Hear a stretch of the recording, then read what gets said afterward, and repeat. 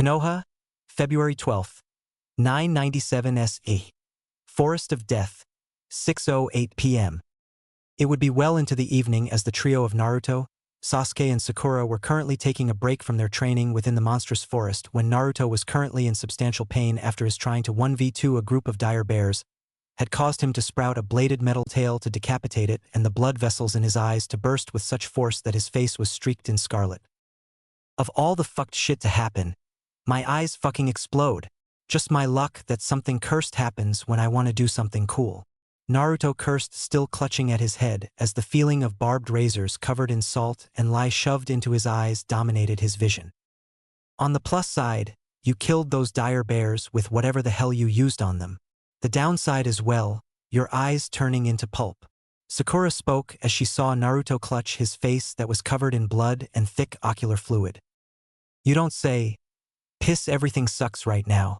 I can't even blink without it feeling like I'm getting stomped out by a coked-out deer.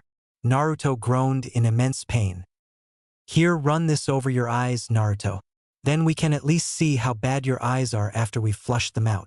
Sasuke spoke as he handed a water skein to the blonde. Alright, fine, but someone is going to have to do it for me. What with my eyes being covered in blood and whatever else is out here, Naruto said back as he still blinked crimson viscera out of his sight. I'll do it. Come here and hold still, Sakura said as she ran the water over Naruto's eyes to help flush the crimson out of his eyes. Okay, that should do it. Are you going to be okay? Sakura asked. I should be fine. My eyes still feel like I got cracked in the face by a coked-out Akimichi, but other than that, everything is just fine. Naruto answered back after taking a few moments to realign his sight now that his eyes were cleared. That's good.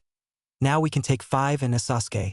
Am I high or were Naruto's eyes a different color and now crazy looking? Sakura spoke, looking at Naruto's eyes now that they were no longer covered in bloody scarlet. No, you are not, as it seems that Naruto has apparently awakened his own kekkei genkai.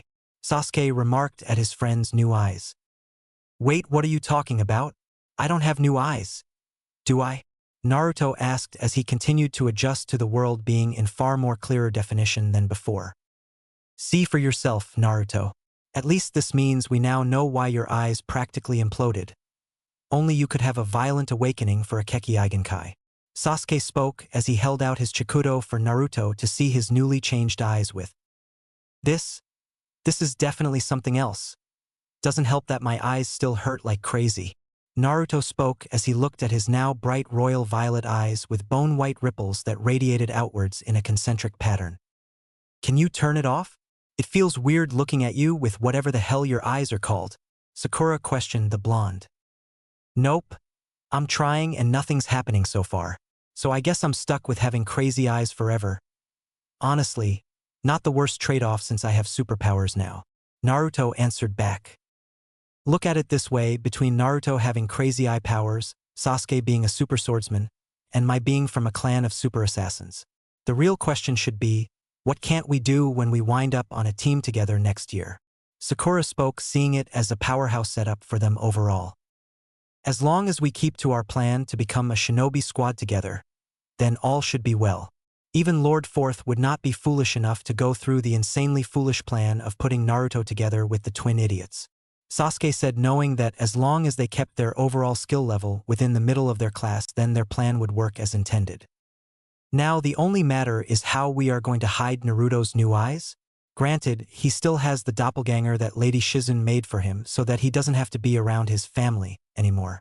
We will need to find a way to disguise his eyes until further notice. Otherwise, this is going to make things so much more complicated than need be. Sasuke further spoke. I can handle that. I have some contacts that Naruto can use at home. I'll just have to get a pair for Naruto to wear and we should have that covered, Sakura told him. Sounds good. And do we want to explain to Mizuki when we get back about my new eyes? Also, do we want to tell Mizuki-sensei about them too?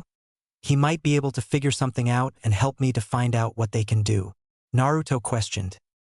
I would say do so at your own discretion.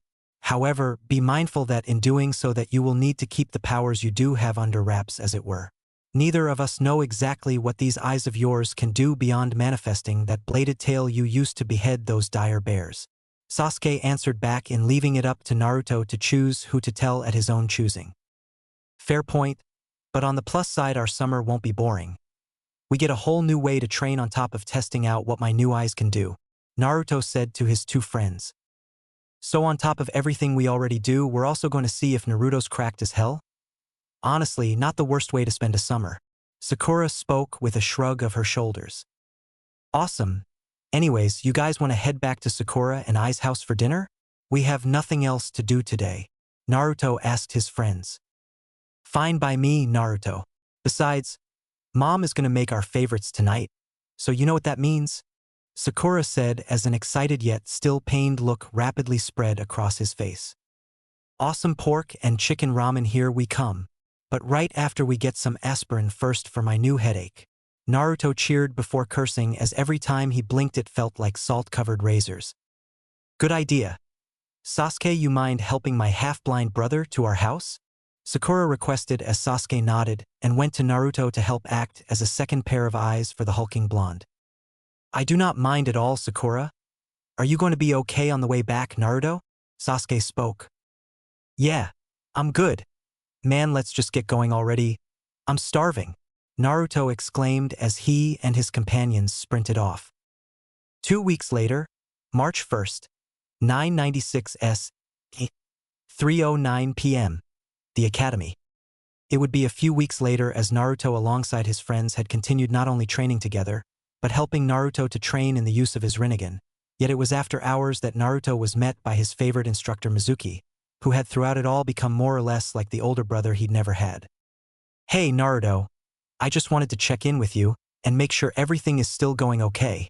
Mizuki spoke to the rather large blonde. I'm doing okay still. Granted, I could do without one of my legs being in a brace for life. Then again, when one of your siblings is a sore loser who doesn't know when to take a loss like a regular person, you learn to live with it. Naruto replied as he tapped his left leg that sounded with the metallic clang of a heavy-duty leg brace. I am so sorry about that. If I had known he had done that earlier, I would have done everything I could to make sure that little bastard got expelled. The protege of Lord Jiraiya be damned, Mizuki said to the blonde. As much as I wish that would work, and I really do, we both know that the chances of expelling him or Hiyori are about as good as convincing a Nara to not be a pile of lazybones for a week. Sure, they might get suspended for a few weeks to 2 to 3 months at best, but it'll just wind up with them back in the academy, and then things are just that much worse for me on my end. Naruto responded with an emotionally exhausted sigh. So as much as I appreciate the thought, it's honestly just better this way. I'm just glad that Granny Tsunade, Grandpa Dan, and everyone else agreed to keep this under wraps. Otherwise, I'm fucked and the twins know it. Naruto said, knowing that keeping his leg wound under wraps and not saying anything was for the better at the end of it. Doesn't make it any less right, but if there's anything I can do for you, Naruto, then let me know. I have your back as always, Mizuki replied, his sympathies for the young man present as always. Thanks, and there is one thing I'll need your help with actually. Kinda big thing now that I really think about it, Naruto said back.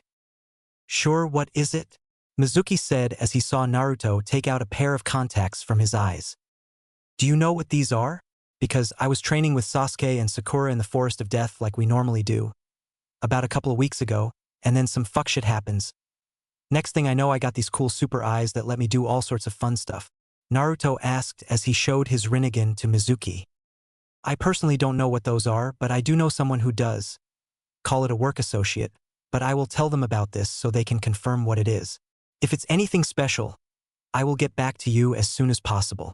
Mizuki answered back, not knowing what to make of the strange ripple-like eyes. Cool, cool, cool. Well, I appreciate it, Mizuki-sensei.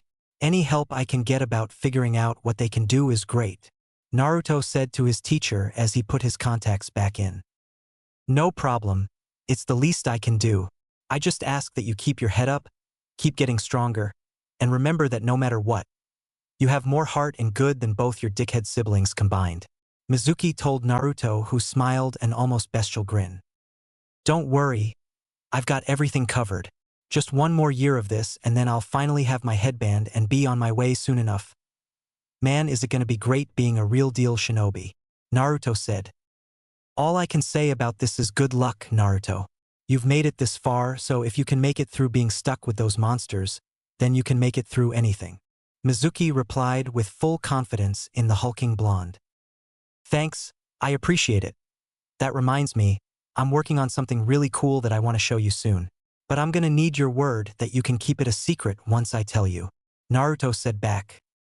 Hey, this is me we're talking about. You know you can count on me. Besides, I'm not a narc like Irika. Mizuki said with a jestful smile. You've got that right, I don't know what it is about him. But all he gives me is bad vibes and not nothing else. It's why I put laxatives and scorpion peppers in his coffee before classes. Naruto informed the silver-haired Chunin. Wait a second. Is that why he had diarrhea for a month? Mizuki asked in having connected the dots on his coworker's run of stomach problems. Yep, I can't put my finger on it. But he's been real off lately. I don't know what he's doing, but whatever he's got going on gives me the creeps. Naruto answered back in having felt nothing but bad vibes from said Chunin. Fair point, but I'm sure it isn't anything too bad. But I'll keep a lookout for him just in case. Mizuki said, keeping that in mind. Alright, sweet. Anyways, I'm gonna go ahead and get out of here. By the way, Mizuki-sensei, good luck with Anko. Out of all the people to ask out to be your old lady, you sir have balls of steel to choose her of all people. Naruto replied as he took his satchel. What can I say? I like the odds and they look good. Mizuki said back with a grin. Whatever you say, just don't come crying to me or Hanabi when you get turned into snake food. It's on your ass if you fuck up, Naruto said before heading out to go train with Sasuke and Sakura. I'm sure my first date with Anko is gonna go great. Right? Mizuki hoped to himself. 2 days later, March 3rd, 996, 7:25 p.m., Uchiha Compound. Meanwhile, Naruto was at the Uchiha Compound, having been over there to hang out with Sasuke, as well as have dinner with them in general and moreover spend time with one of his favorite Uchihas of all time, his Uncle Obito. I don't know how you and Fugaka do it, but somehow you two always make kick-ass dinner. Obito said, happy to once again have his nephew over. Hey, if there's one thing that the Akimichis and I can agree on, it is that great food can bring any and everyone together. Plus, it just really helps to have a backup option just in case I do get to be a shinobi, and I realize I don't really fuck with it like I want to. Naruto replied in always loving to cook for both himself and the people around him. Then I guess it is a good you got that job at their restaurant. Hell, with how good you are, you could probably give the Ichirakus a run for their money. Obito remarked over the blonde's prodigious cooking talents. I know I'm good, Yunsi, but I'm not that good. I just really love what I do is all, Naruto said, waving off the compliment. Naruto, you are the only one other than Sasuke or me that he will let cook with him. Hell, he won't even let Itachi in the kitchen with him when he's cooking, and he's supposed to be the golden boy of the clan. So trust me when I say, you are awesome when it comes to cooking. Obito said back in encouragement of his nephew's cooking ability. Thanks, I appreciate it. I am just super happy that I get to be here with you guys is all. Doing this kind of stuff either here with Granny Tsunade and Grandpa Dan, at the Akimichis, or at Sakura's with my bonus mom and the Kureis always makes me feel better. Naruto spoke in always having felt happiest at those 4 places when he wasn't with Sasuke and Sakura.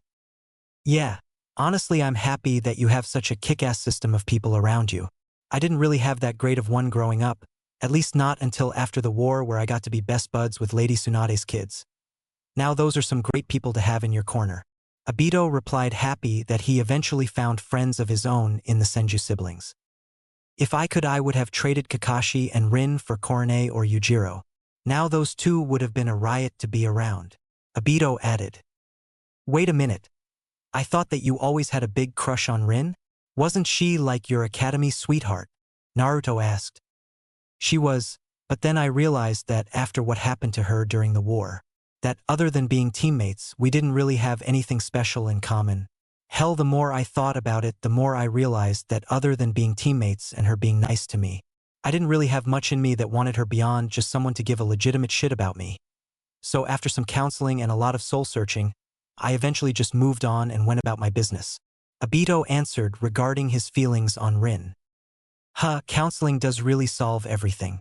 Good for you, and see. I'm happy for you, Naruto said. Thanks, Naruto. Maybe you should consider it sometime too. With how much the twin terrors have been straight-up bastards to you, on top of Pervy Sage having fucked up your family life with that prophecy. I'm pretty sure that you more than me could use a therapy session or 7. Obito told his nephew. Thanks, but I think I'll be fine.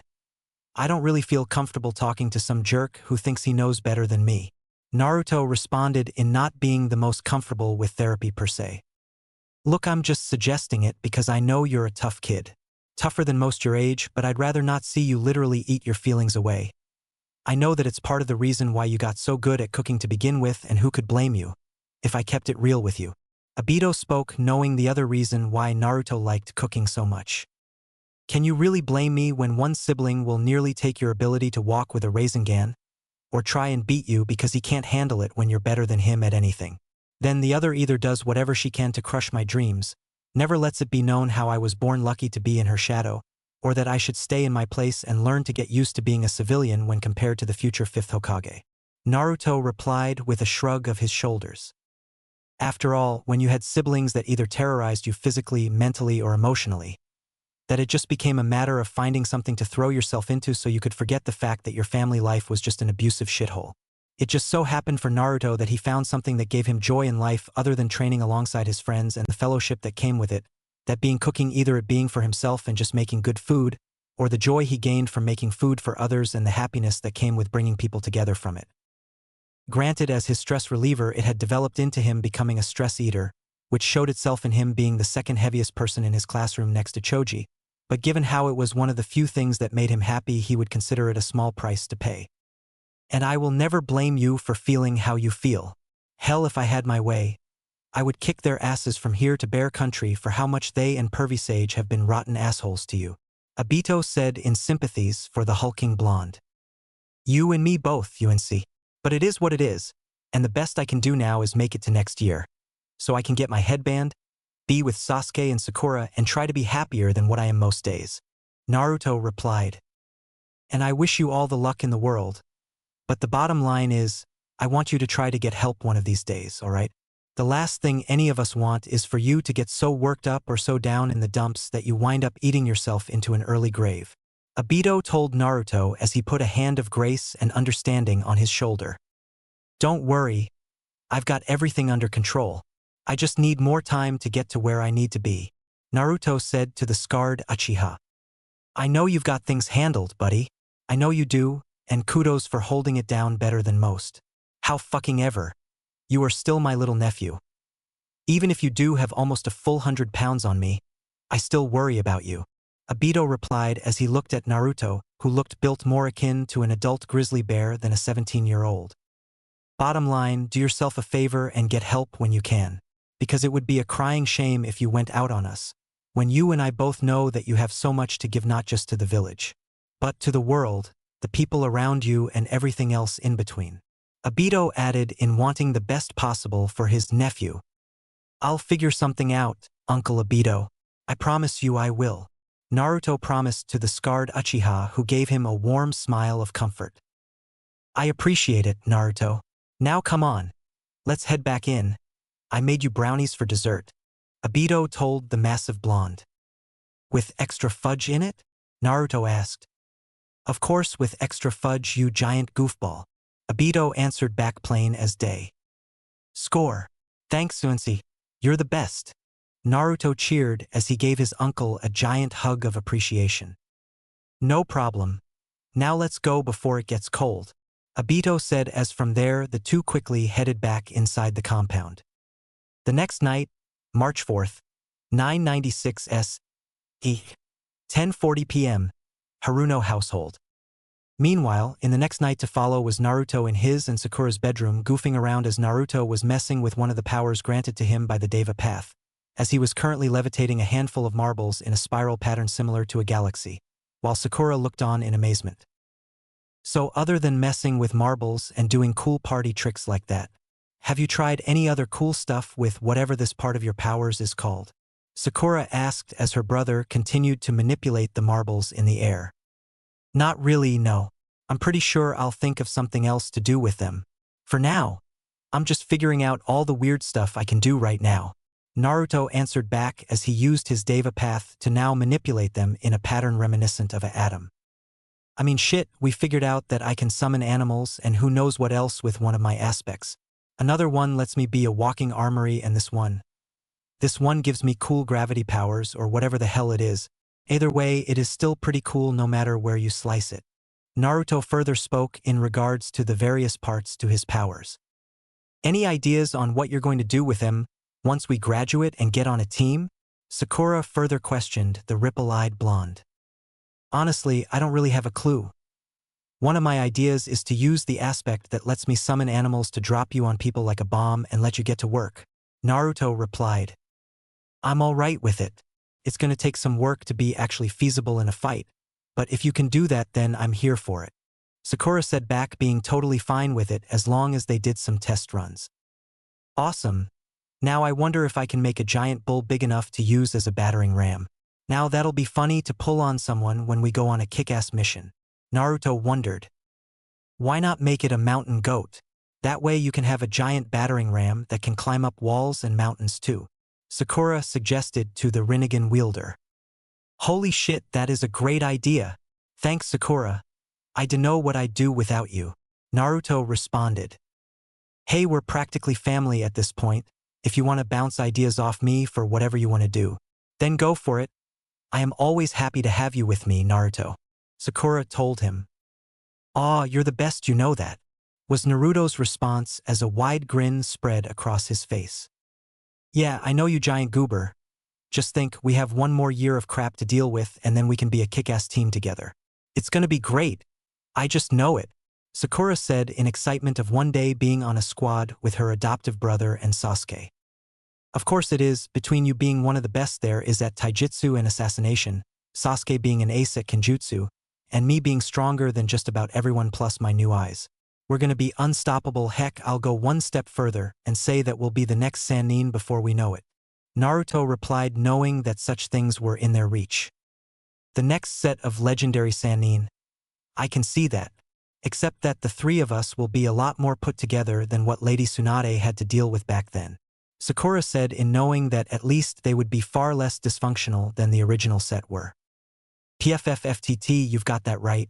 I dunno how Granny did it being on a team with Pervisage being a creep all the time. Hell, I still wonder how she made it with Orochimaru. Don't get me wrong. I know he used to be a great guy before he went rogue, but after all the crap that happened I can't really blame him for going off the deep end. Naruto responded. I mean yeesh, having your apprentice go out like that on a mission. That has got to be just downright rotten luck, Sakura said regarding the infamous incident. Yeah, what happened to Uncle Nawaki was rough on everyone from what Granny told me. There was barely enough of him left to have a closed casket funeral. Naruto replied, knowing that Nawaki had one of the worst ways to die during the Second Great War. Oof, was it really that fucked? I heard that he got blown up really bad. But I didn't think it was closed casket bad, Sakura said back. I will put it to you like this. All that was really left of him was his head, half his torso, one half of his left arm. Everything from the belly button down looked like shredded brisket, and he had half his brains nearly falling out. Apparently, he was so busted up that Orochimaru couldn't even hold him together without chunks of him falling off. Naruto told his adoptive sister in regards to the younger Senju's fate. To say that Nawaki's fate had been a game-changer was an understatement. After all, when your first apprentice goes out so viscerally and you barely have enough to be constituted as a corpse, it would be enough to change anyone forever. So in hearing those war stories from his grandparents, so to speak, he could not blame Tsunade from nearly quitting being a shinobi, nor Orochimaru having had that be the straw that broke the camel's back and having to see much less witness the demise of someone so promising. There's a reason why I don't envy Granny and Gramps for having to go through what they did during the wars. That's some gnarly shit to have to deal with on the regular, and fuck me if I had to see something that fucked up. Naruto spoke in not envying Tsunade nor Dan in the slightest for what they went through. There's a reason and a half that war is fucked up, but if something like that does happen again, then I know for a fact that you, Sasuke, and I would come out on top without a problem, Sakura said back in complete confidence. You really think that if war popped off, That the three of us could come out on top like it's nobody's business? Naruto questioned. Are you kidding? We'd rock everyone in their collective shit. It's like I've said from the start that the three of us are strong together.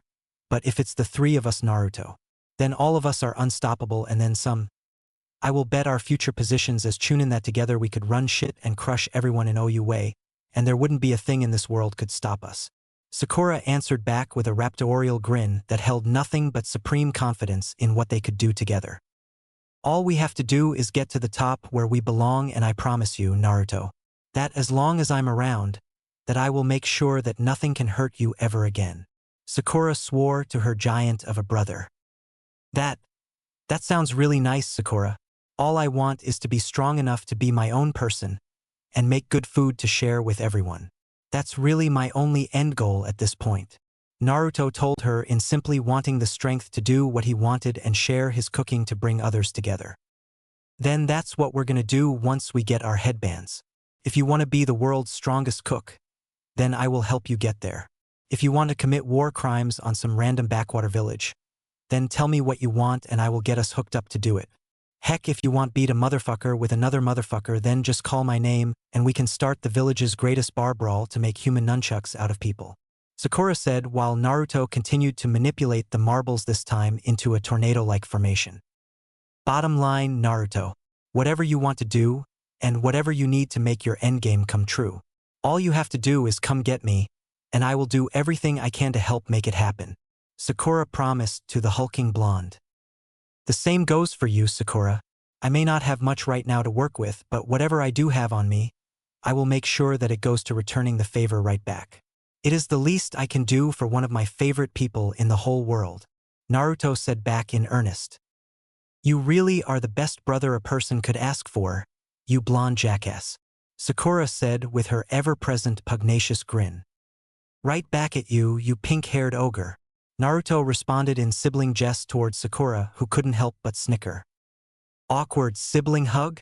Sakura asked the Rinnegan wielder. Awkward sibling hug. Naruto responded as the two went over to hug each other. But. Both said as they gave each other a tight squeeze and thunderous backpats. I can't explain it, but I've got a good feeling about not only this year, but next year too. Naruto told Sakura once they broke apart the hug. Of course you should. You have me and Sasuke at your back. Plus you have a cool dojutsu that gives you superpowers. Honestly, I would be thinking the same thing if I was in your shoes. Sakura replied. Great point. Anyways, I think we should turn in for the night. It is getting pretty late. Naruto said back in seeing the hour having spun to a bit past 11 at night. Alright, well I'll see you in the morning. Good night, Naruto. Sakura said as she turned the lamplight and crawled under the covers. Good night, Sakura, was the blonde's response as he got under his own covers. I got super eyes and the world around me is starting to look a bit brighter for once. Maybe things can actually start to go my way for a change, were the Rinnegan wielder's thoughts before he laid his head to rest. With Naruto having recently awakened the eyes of T-Sage of Six Paths, his friends at his back, and a world of trial and tribulations to come, how will Naruto grow to obtain the strength he wants to have near unparalleled freedom to do as he please? Well, other than having to graduate the academy and become a genin first, you'll have to stick around and see in the all-new installments of You'll Never Keep Me Down, A Rippling Alternative, April 8th, 996 SE, 4:08 p.m., 10 miles outside of Konoha. It would be late in the April afternoon as our trio were currently with Naruto testing out more of the destructive powers of his Deva path. Namely Naruto's idea to compress the destructive repulsive/gravitational power of it as a projectile. Alright, here goes nothing you guys, Naruto said as he switched into his Deva path and held out his fingers as though they were the barrels of a gun. Are you sure this is going to be a good idea, Naruto? Condensing your powers into something that finite is going to have a considerable amount of recoil. Sasuke spoke as he saw the gravitational power of the Deva path warble and condense repeatedly. That might be true, but it's gonna be awesome if and when I can nail this in one go, Naruto replied as the buildup in gravitational force continued to grow. This is why I chose to take cover during Naruto's testing his powers out, Sasuke remarked as Naruto continued to build up more gravitational energy. wherein it was barely a minute before Naruto would fire off his variant of the almighty push dubbed as Hollow Point, wherein the gravitational might of the Shinra Tensei had been gathered as a bluish-black orb of compressed gravity the size of an orange and fired with incredible speed. The result, once it made contact with the first solid object in sight, which was a dire wolf the size of a bus, was said dire wolf being immediately turned into a bloody paste from the sheer concussive and repulsory force that laid upon it. Yet the path of destruction did not end there, as after the initial point of impact a 210-foot-long by 15-foot-wide line of destruction was laid bare, leaving anything in its warpath flattened into crushed debris, hypercompressed gore, and utterly annihilated destruction that left jaggedly smooth obliteration. All the while Naruto looked on in amazement from the first attempt at his technique, albeit it did not come without the recoil that Sasuke mentioned, considering that concentrating such gravitational force into a condensed point left his hand shaking with tremors, as his bones creaked from the pressure of holding such a heavy construct of pure gravity. However, it was an acceptable drawback, for something so powerful as Naruto was left gripping his shaking arm, and his fingers having been dislocated from their joints to where they nearly flopped limp and twitching, with an amazed look that he was able to fire something so destructive from his own hands. "Whoa, now that's something else," were the Rinnegan wielder's only words of his almighty push variant's debut. "So, I don't know about you guys, but I think we can qualify that as a strong as shit technique. Just holy crap, is that strong." Naruto further spoke. "That's great and all, but you're gonna need to work on the recoil for that. Because the last time I checked, firing off one of your techniques shouldn't leave one of your arms shaking like a tree branch in the wind," Sakura said as she went to take a look at his still shaking arm. "Is it anything bad, Sakura?" Naruto asked as she continued to look over his hand and arm. "Other than you getting served a ton of pushback from it, on top of your fingers getting dislocated. You should be fine. I am gonna have to put your fingers back in, since you blew them out of your joints," Sakura answered back as she looked at his discolored fingers.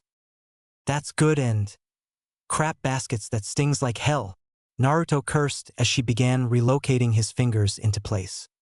"Of course it's going to sting, numbnuts. Putting your fingers back in place isn't going to feel like you're walking on sunshine," Sakura told him as she continued to relocate the rest of his fingers into place. "Still, it was pretty cool what you just pulled off," Sakura further spoke with an encouraging smile. "Thanks. Now if I can just not get my fingers jacked up by doing this, that would be great," Naruto said, wincing as his fingers were put back into place.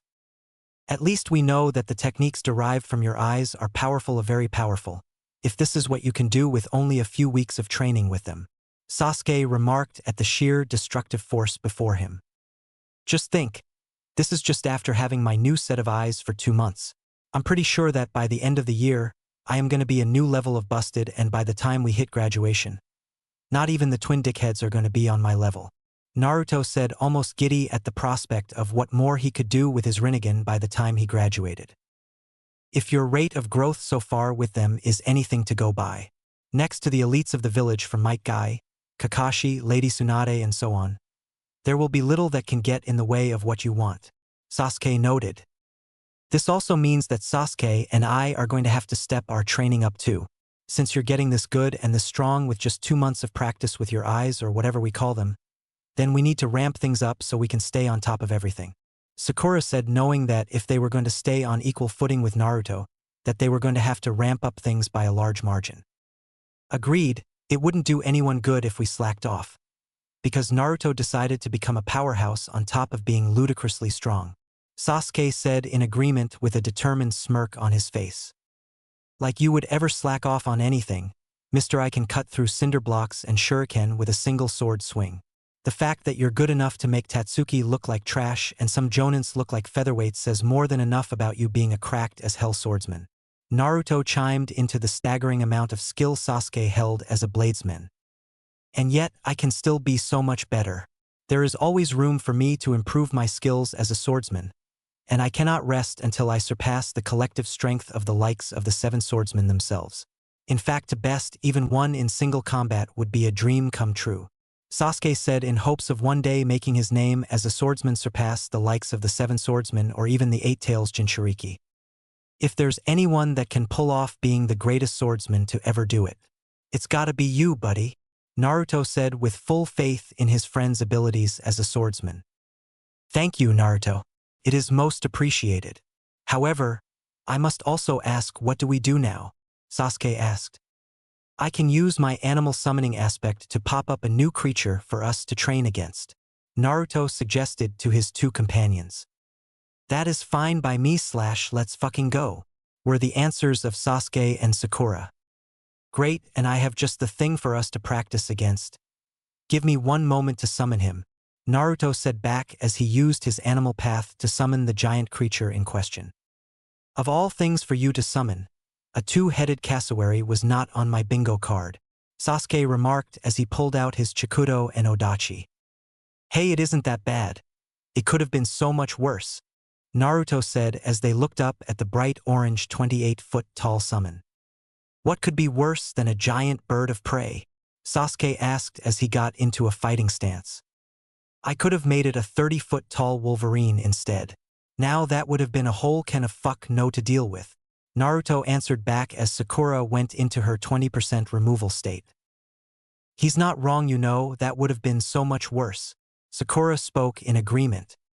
Fair point, was Sasuke's response as the summon in question screeched bloody murder at them. That being said, let's get this party started, you guys, Naruto said back as he leaped into action alongside Sakura and Sasuke against the large summon. 1 week later, a kimchi barbecue, 3:10 p.m., April 17th, 996 SE. That being said, in the following week to come was Naruto currently thankful that he and Choji had made it through a rather large lunch rush that had ripped through the restaurant like a hurricane, and as such with Naruto, who was currently clocked out for the day and Choji on break, the two decided to have lunch before things started back up for the dinner rush to come. You know something, Choji? You would think being a server and busser would be a pain in the ass with my leg problems. But to be completely straight with you, it is not as big of a problem as it used to be, Naruto said as he cut into his smoked brisket. Does it even hurt anymore? No offense, Naruto, but it is insane how you can do everything around the restaurant and not kill over, Choji wondered as he tore off another rib to eat. Don't get me wrong, it does hurt occasionally. Sometimes I have my good days where I hardly feel a thing anymore, and then there are some days where it gets to be completely unbearable. It is all about learning how to deal with it, really, Naruto responded in regards to his damaged leg and the chronic pain he dealt with because of it. At least I've learned to sleep through the pain for the most part. It is still a nightmare to deal with, when it feels like someone is feeding it through a blender wrapped in barbed wire and soaked in Cajun seasoning and lime juice, Naruto added, in having learned to adapt to the constant pain of his left leg to where it was for the most part manageable. I don't get it. If it's been so bad for you all this time, then how come you've never gotten pain medication to help deal with it? Wouldn't it make things easier on you if you did that? Choji asked the hulking blonde. To keep it on the level with you, I don't really want to do it because then I would start getting dependent on them, which means if I run out, then I'm screwed, because now I have to physically need being on it all the time, on top of having a messed up leg. Then if I want to go off the meds in order to switch to something else, then I have to deal with going through withdrawals, and that's another pain in the ass I would have to deal with. That would start messing with me, Naruto told the portly Akimichi. So to keep it simple, too many cons, not enough pros for me to do it, Naruto further spoke. That makes sense, I guess.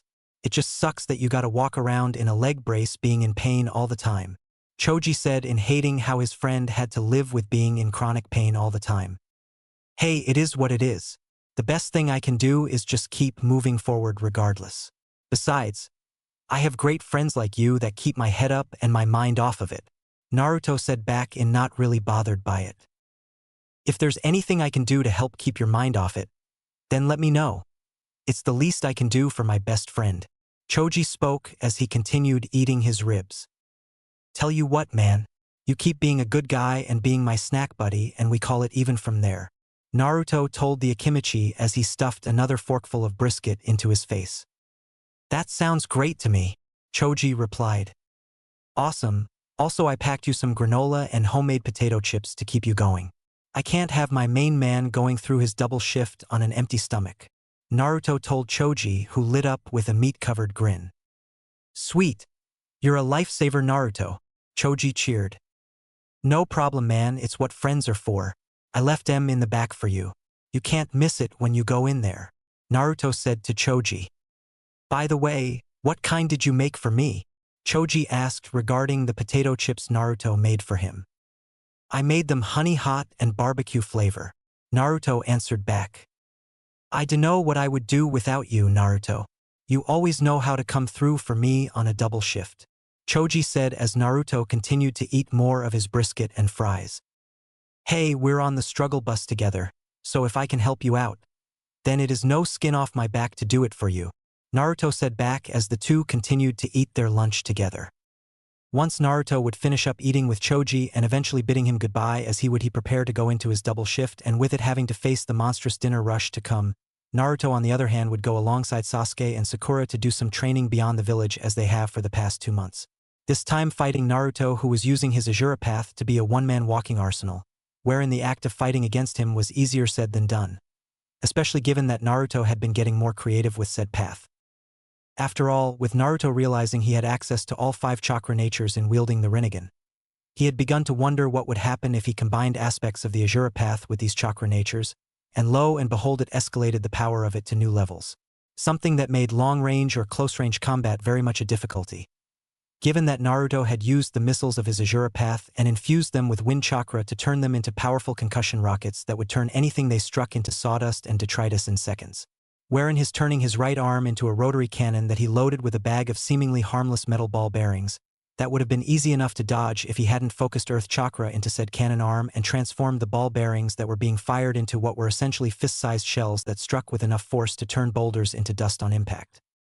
However, Naruto's ranged assault worked wonders in helping Sasuke improve his defense overall, both against ranged attacks given that it pushed his Sharingan to work overtime to evade being hit by the deadly volleys fired at him and Sakura, as well as improve his reaction time to parry and deflect the attacks that came his way, which had allowed Sakura in her removal-enhanced state to begin closing the distance in having to use techniques from her sensei such as the Raging Fire technique to further accelerate herself to close the distance, and Flash Fire to use the afterimages to confuse Naruto's ranged assault. That being said, while this did work in making Naruto having to play the guessing game as he saw Sasuke begin to advance while keeping his staunch defensive and deft evasion against him without fail, and Sakura soon closed the distance at blistering speeds, Naruto decided to say screw it and make things further difficult on them by channeling wind chakra into another salvo of rockets that formed from a missile battery into his left arm and fired them all at once. This forced Sakura and Sasuke to take evasive maneuvers as the legion of concussion rockets came hurtling towards them at great speeds, which forced Sasuke and Sakura to divert from their warpath towards Naruto lest they become shredded by the projectiles in question.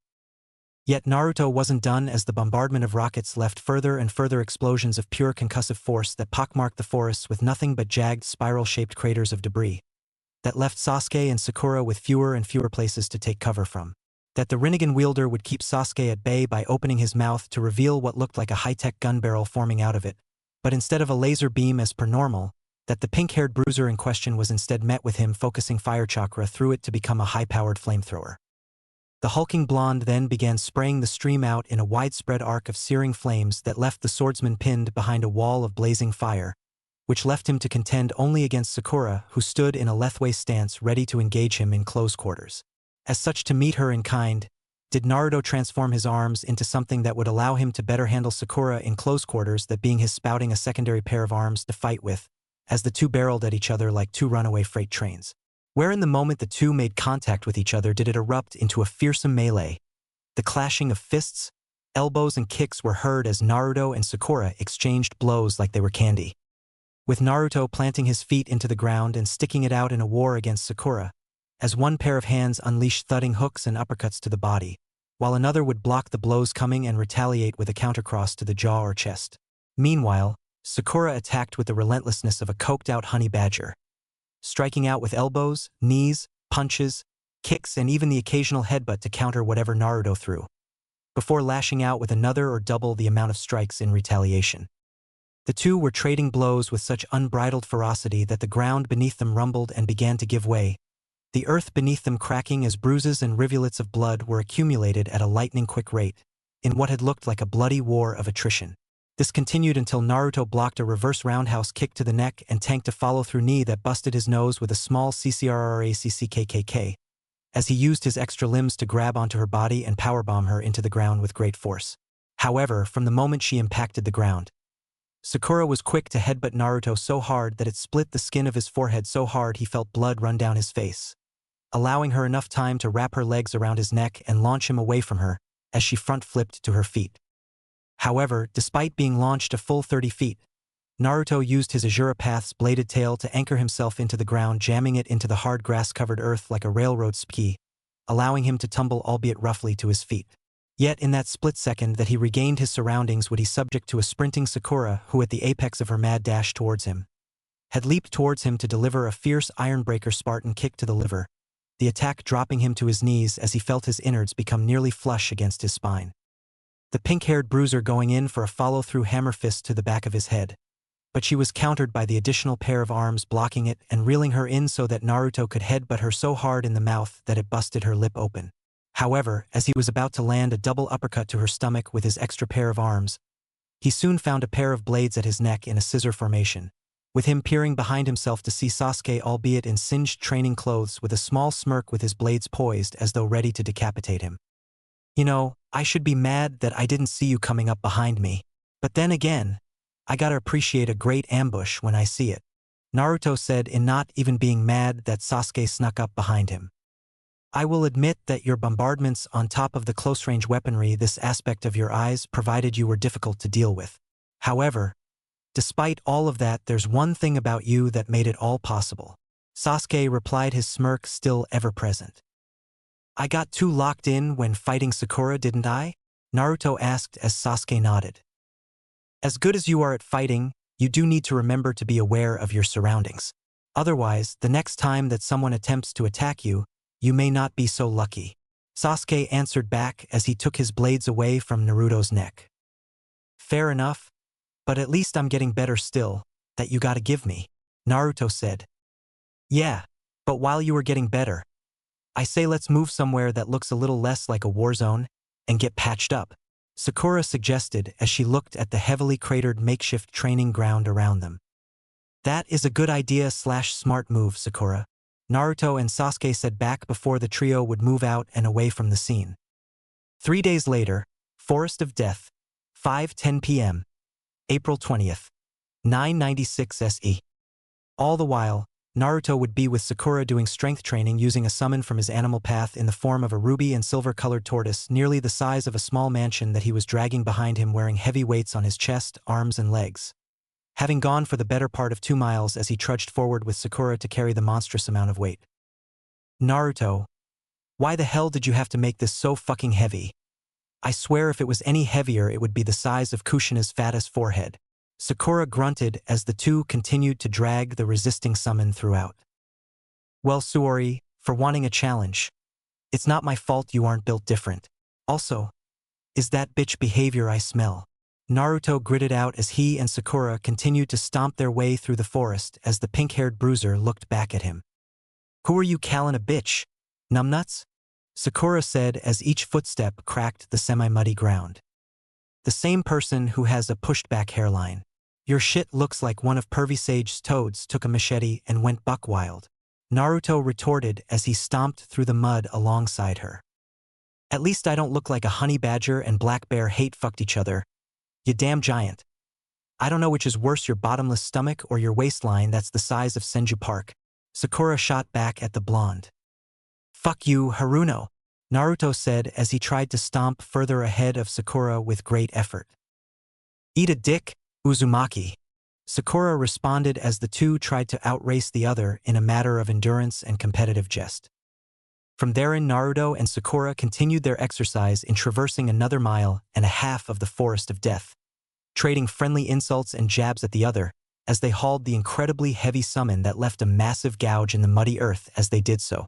The two practically red-faced as they stomped and half-raced their way to a stopping point, the veins in their faces, arms, thighs, and necks bulging from the effort of making it through their finish line, in both the thick mud and weighted clothing and heavy training weights they wore. As such, by the time they finished their strength/endurance training together and unhooking of the harness that had them tethered to the large summon, did the two take cover under the shade of a large maple tree, the dynamic duo in question red-faced and out of breath for having carried such a massive weight for roughly 4 miles of muddy terrain. However, even as they sat in their workout clothing sweating bullets, red-faced, their hearts thudding in their chests and covered in splotches of mud and grime, were the two nonetheless happy and smiling through it, enjoying of the others coming as they sat in the shade. Look at it this way, Sakura. We finally found a new way for training. It's a murder on my back and everything else to deal with, but damn it if we aren't going to be swole by graduation. Naruto said in being glad that he found a way to use his animal path for strength and conditioning. Yeah, but man, is it going to be nuts adding that on top of everything else we do. Between martial arts training we do together, strength and conditioning, and training to figure out all the crazy stuff your eyes can do. Plus my keeping up with my Lethway, Nico and Kure style training and making sure I stay pretty alright at first aid and medicine, because you know being from an assassin clan and all that. Holy crap, is our schedule loaded. Sakura spoke. That's not even counting my job at the Akimichis, Sasuke's Sharingan and sword training, and our having to maintain things at the academy so we can be on a team together. Naruto added in further listing off things on their plate. Honestly, now that I think about it, I wonder how much crazier things are going to be once we become real-deal shinobi? Naruto wondered. It's going to get so much more crazy, Naruto. If anything, what we have now is basically light work compared to what we will have to deal with. I mean, think about it, and I mean really, really think about it. Sakura told her adoptive brother. Well, hot damn, you're right. It doesn't matter though, since it's the three of us against the world. As long as it is you, me, and Sasuke going against everything, then I'm pretty sure we can get through anything. Naruto said with an optimism in his voice that made Sakura softly chuckle. I don't know how you do it, Naruto, but somehow you always wind up looking at the bright side of everything. Sakura said back in admiring his ability to consistently think positively on things. It's a lot better than being a sad sack about everything. Sure, I could be sad and depressed about my life and be all Mr. Gloom and Doom about what life throws at me. Then on the flip side of that, I can look to the future that's ahead of me and everything that I have been gifted with that makes me happy. Naruto spoke with a smile on his wearisome face. I'm great at cooking. I'm stronger than just about anyone in our whole class. I've got a good set of friends, a great support system and people who are like a second and third family to me. Plus a cool kekkei genkai that lets me have crazy superpowers. I think that so far what I have that makes me as happy as I am deserves more of my focus than all of the bad that has and will happen to me. Because I will take vibing with all the good and the things I am grateful for than letting myself stay head and shoulders deep in all the bad and the rotten. Naruto further spoke regarding his perspective on life. That's a pretty nice way to look at things, Naruto. If everyone had that way of thinking, then things wouldn't be so shitty out there in the world. Sakura said as the two continued to look up at the semi-cloudy April skies. Well, that's a them problem for everyone that's out there in the world. All I know is that as long the people around me are doing all right, and I'm having good vibes with them and vice versa, then that's what matters. Other than that, everything else in the world can choke on my right nut. Naruto replied. I feel the same way. That's why, the moment anything comes after you, Sasuke, or anyone else in our fucked up circle and they are dead on sight. No exceptions as far as I'm concerned. Sakura said back in agreement with the sentiment. Awesome, awesome. So what do you want to do now? We're covered in mud, tired, and sore all over from running 5 miles with a giant tortoise that probably weighs more than several houses combined. Naruto wondered as to what they could or would do next. We could go home, get cleaned up and get ready for dinner? That sound good to you, Naruto? Sakura suggested to the hulking blonde. Sounds great to me. I'm starving. I just wish I knew that it was going to be this muddy out. Then I would have picked the other set of training clothes. Naruto said as his stomach rumbled in agreement. It is what is, Naruto. I just hope that we don't have mud in places where there shouldn't be. Otherwise, this is going to be a very, very long evening. Sakura replied in hoping that they managed to not get mud and dirt in anywhere that would make her feel gross. Well, there's only one way to find out. Naruto said back as he stumbled up to his feet. Doesn't mean I'm gonna like it. By the way, are you helping Mom cook dinner tonight? Sakura asked as she hopped up to her feet to walk back alongside the blonde. Of course I am. You should know that I'm always signing up for cooking duty. Naruto answered back with an excited grin to help Mizuki cook dinner for himself, Sakura, and the Haruno matriarch. 1 week later, April 29th, 996 S. Rice Country, Otogakure, 3:25 p.m. All the while, in the following week to come in Otogekure as Kabuto was delivering the last few blood/data samples to his master in Orochimaru that had been acquired by a few of his underlings within Konoha. Excellent work, Kabuto. With these samples that you have acquired, the completion of my final body will soon be at hand. Orochimaru spoke as he looked at the large vials containing the last of what was needed. Of course, Lord Orochimaru. I will admit that it was difficult to get these last few samples as requested. However, after a few weeks of memorizing the security detail schedule, it was nothing short of easy to do as needed. Kabuto replied. However, I do have to ask what you are expecting out of your final body? Given that with the cocktail of biological samples you have gathered from the clans requested is interesting to say the least. I have no doubts that it will be powerful, but overall I have been curious to know what you are desiring out of it.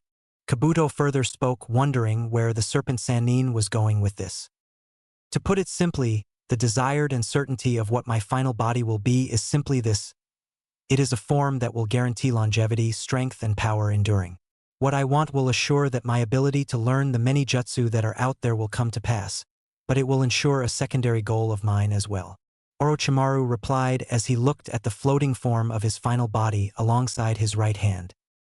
What would that be? Kabuto questioned. To better understand and help perfect the human condition, was the Serpent Sannin's reply. I'm not sure I understand where this is going. Would you mind elaborating? Kabuto requested. But of course, my trusted confidant. You see, while understanding all the jutsu there is to know is one of my objectives to accomplish in this life. If only for the thrill and seeking of knowledge that comes with it. However, that is only one aspect to my pursuits, as one of my main and continual objectives is to better understand the human condition and how those both normal and those with various kekkei genkai are not only affected but can evolve to their penultimate endpoint. Orochimaru responded, their golden eyes in deep thought over the subject. Despite everything, there is still so much that we do not know about the human condition. How someone as unassuming as Hiruzen-sensei can grow into the god of shinobi. How Madara and Hashirama can, even amongst the most powerful shinobi clans, become anomalies that can bring entire cultures to their knees. To even the Jinchuriki at large, from the 8 tails in Kimogakure, the 4 and 5 tails in Iwagakure, and so on and so forth, with the exception of those in Konoha who are more exaggeration and spectacle than anything of substance. All coming from varying factors and ways of life that bring power and unique capabilities that are nothing short of fascinating, and as such something I wish to study further. Orochimaru further spoke. Is that why you have decided to give aid to the rebellion in Kirigakure, and even allowed their refugees to come to village? Kabuto inquired. Precisely, while it means I can study kekkei genkai of incredible fascination and even take those of interest to evolve their unique abilities further. I do this also to preserve and study what brings out the best in a person, what makes a person have that X factor to break beyond their limits. That is one of the main reasons as to why I do as I have done for the rebellion, and to let such interesting data be wasted by a runt of a kage. That is regrettable to say the very least. Orochimaru answered back. I won't disagree with you on that subject. Why Yagura would go through with these purges to begin with is frustrating to understand. Why would a kage purposely weaken his own forces to that degree? Especially when the versatility and variety of his forces in regards to their kekkei genkai rival, if not surpass most of the hidden villages. Kabuto spoke in having often tried to figure out the enigma of why Yagura would do such a confusing thing. That is an answer that has evaded me as well. Nonetheless, it is something that works out to our benefit in the end. Orochimaru said back. But to the topic at hand, I must also ask, if you are going to find your own limitations to shatter once you gain your new body? I can imagine that with someone of your intelligence and ambition, that the measure of what you will put it through will be nothing if not staggering. Kabuto queried as a thin smile spread across the Sannin's face. You would be correct in that regard. Once I settle into my new body, I plan to explore all of the ways in which I can measure the strength and ability to what I will be able to accomplish. After all, why should I settle for a powerful vessel when I can extrapolate every ounce of talent and power from its arteries and see what the full breadth of the human condition is capable of? Orochimaru answered back. With the Serpent Sannin, since his tenure with his former teammates and throughout both wars and to this point, had always found a curiosity of what the limits of the human physicality and mentality were capable of, Such things were of a high fascination to him, on how they allowed someone to shatter the limitations normally imposed upon others, given that it allowed a rank-and-file orphan like the fourth Hokage to become a living legend, the fence-sitter of Itsutsuki to hold his position through both devastating power and cunning. This, among so many examples from Tsunade's immeasurable prowess in medicine, the third Raikage being so immensely powerful that he could boast not only legendary durability but best the 8 tails in single combat, to Hanzo's own combative prowess that allowed him to crush him and his teammates with ease. All of these things and more called Orochimaru's focus towards unraveling the mysteries of and studying to see what made a person strong and more importantly what could be done to evolve them to a higher state of strength. And how far do you think you can go with it? Not that I am doubting your strength, but given that there are others out there from the fourth Hokage, your former teammates, Pain of the Akatsuki, Itachi and Obito Uchiha, the current Raikage, the 8 tails and 7 tails Jinchuriki and Waterfall, and even Yagura, you will have a wealth of contenders that can oppose you, Lord Orochimaru. Kabuto questioned in listing off some of who could potentially match the Serpent Sannin in his final vessel. That is a good question. Kabuto granted, I do not know the full totality and strength of what my final vessel will be able to achieve. This is something that for all of the numbers and hypotheticals I can run, that my results will remain inconclusive. Orochimaru admitted, which surprised his right hand to hear come from him. This is a first that I have heard come from you, Lord Orochimaru. Normally you are certain of the results of your experiments. If anything, the least I have ever heard from you in terms of uncertainty is that they will have a 10 to perhaps 18% margin for error at worst. What's changed to have you come to this conclusion? Kabuto queried, surprised to hear anything of the sort come from the mad genius. It is that in my endeavor to create a final vessel of boundless potential and power that can house the greatness of my mind, that I have in turn made something that I cannot accurately gauge nor predict the power of. Orochimaru answered. Even with field testing, training, and all the trials of seeing where the strength of what I will become lies, I still cannot accurately give a true estimate of where the limits and power of my final vessel will stand. The prospect of such a thing both excites and intrigues me. Orochimaru added in excitement of seeing what the nigh unlimited potential of his final vessel could yield. And what is the first thing that you will do once you have successfully adapted to your new body? Kabuto questioned the Serpent Sannin, who still had his thoughtful gaze upon the floating figure within the tank. There are a few things that I have in mind. However, one of them is settling something with the Akatsuki. That pretender who thinks himself a deity and his cabal of rogue ninja have had it good for far too long. As such, I plan to give them a wake-up call of sorts. Orochimaru answered back in having that as one of the first things on his itinerary. If that is the case, I hope that you have contingencies in place for when they decide to retaliate. I may not know much of their leader, but from what you have told me, he is not one to take attacks against his organization lying down. Kabuto said. Oh, but I do, Kabuto. I am many things, but needlessly reckless is not one of them. I would not plan to go against him if I did not have something to counter him. He may think himself a god, yet he has not even come close to scratching the surface of the term. Orochimaru responded in having a handful of countermeasures prepared especially for the god of aim. Are there any that I would need to implement for the safety of the village? Kabuto questioned. There are a few, yes, and I should thank you for reminding me of them. I will be sure to inform you of them once I have transferred myself to my new body. Orochimaru answered back. Good, good. And one last thing I would like to ask of you. When will you begin transferring yourself into your new body? Kabuto questioned the Serpent Sannin. By July at the earliest and the end of August at the latest. With these new samples in place, it will take nothing but a few weeks if not a month to safely combine them with my final vessel. From there, it is a simple matter of preparations to make the transference possible. Orochimaru informed the silver-haired medic. Understood, and that is good to know. In the meantime, while you are preparing everything for your final vessel, is there anything that you need of me before I go? Kabuto asked. At the moment, no. However, your help is greatly appreciated, Orochimaru said back before allowing Kabuto to leave his sight. Soon enough my final vessel will be complete, and with it, I will have all that I need to truly evolve to the pinnacle of the human condition. Were the Sannin's thoughts as he went to work on perfecting his final and most powerful vessel yet. And so as our intrepid trio begin to discover the capabilities of Naruto's Rinnegan, and what can be accomplished with its vast capabilities, We also see that Orochimaru begins the process of making his final vessel one of boundless potential and power that will allow them to understand and possibly evolve beyond the human condition as he understands it.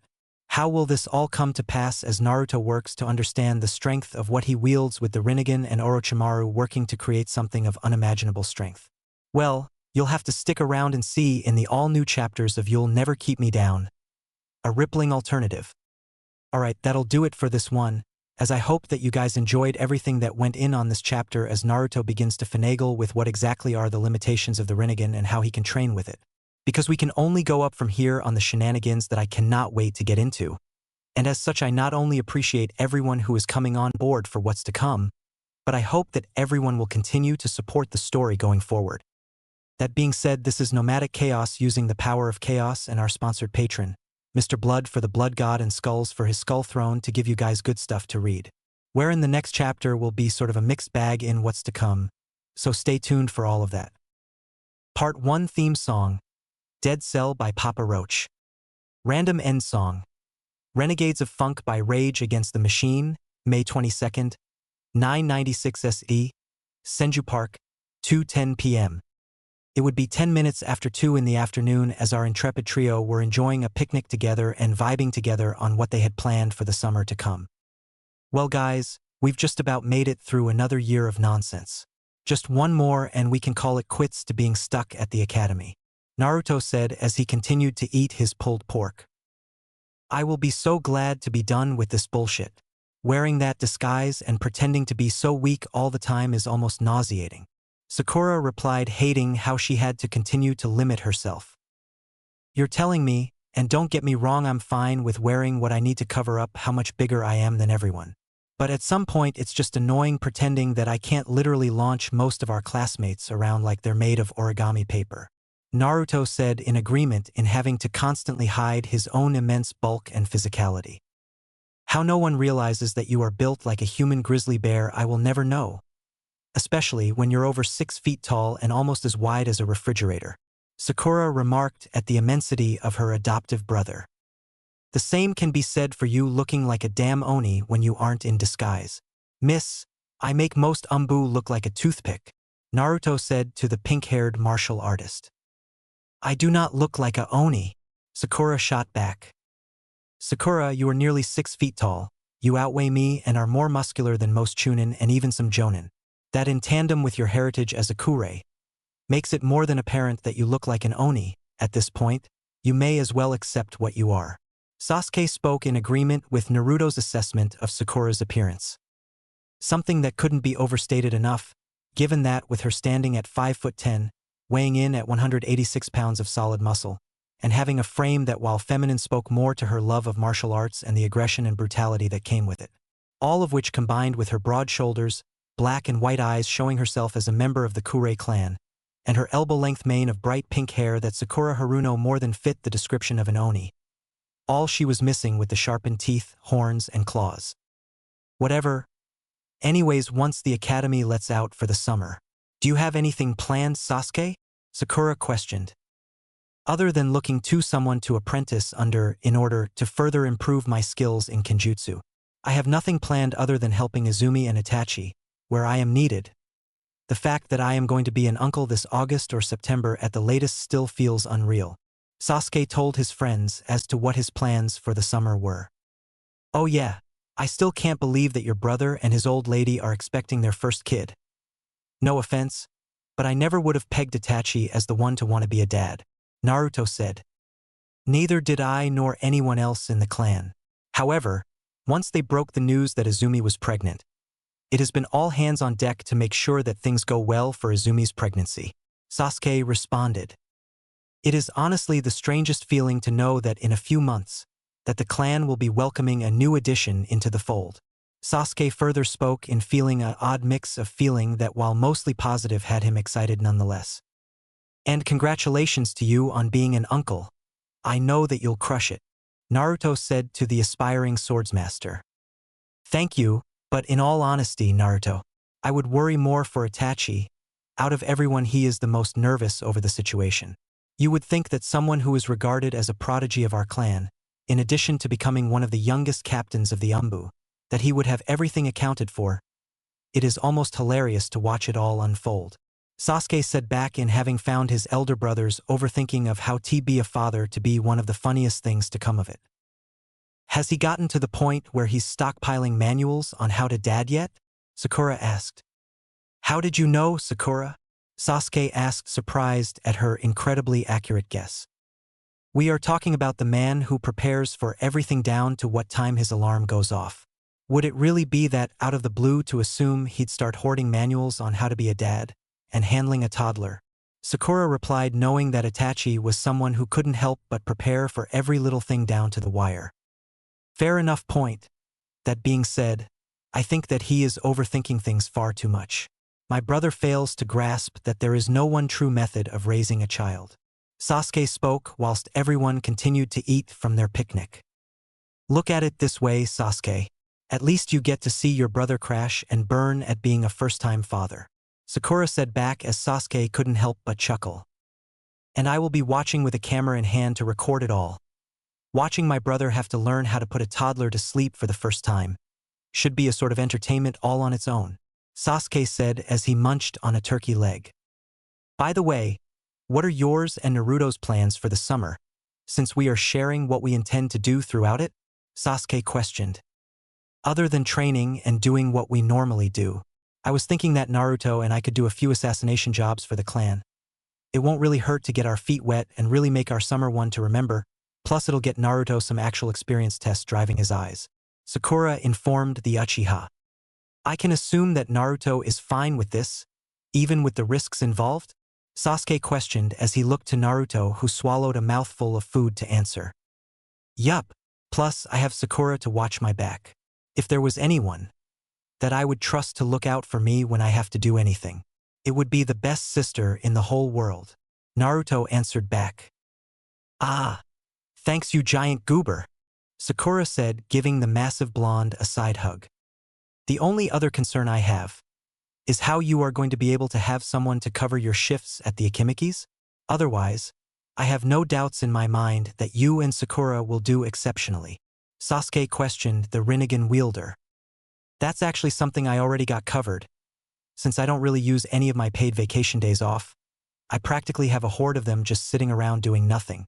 That's why this summer, I'm going to cash in and make the most out of it. Naruto answered back in seeing no better use for his abundance of days off than to go on escapades with Sakura. I would say more on the matter, but considering that it is the two of you on an assassination mission, I feel far more worried for whoever your targets will be than either of you. Sasuke spoke. I don't know if I should feel insulted or take that as a compliment. Naruto said back, wondering which to take the response as. I think it is a compliment, but I would just roll with it. Besides, by the time semester rolls up again, you're going to be a whole other level of badass by the end of it. Sakura told the Rinnegan wielder, who grinned a meat-filled grin. Hell yeah. This is going to be one of the greatest summers ever. Naruto cheered in excitement of what was to come. Nevertheless, it looks as though the three of us are going to have a very busy summer. Sasuke spoke in seeing that things were going to be extremely productive for all three of them overall. You got that right, Sasuke. To a kick-ass summer, Naruto said. To a kick-ass summer, were the responses of his friends. Great, now who wants pie?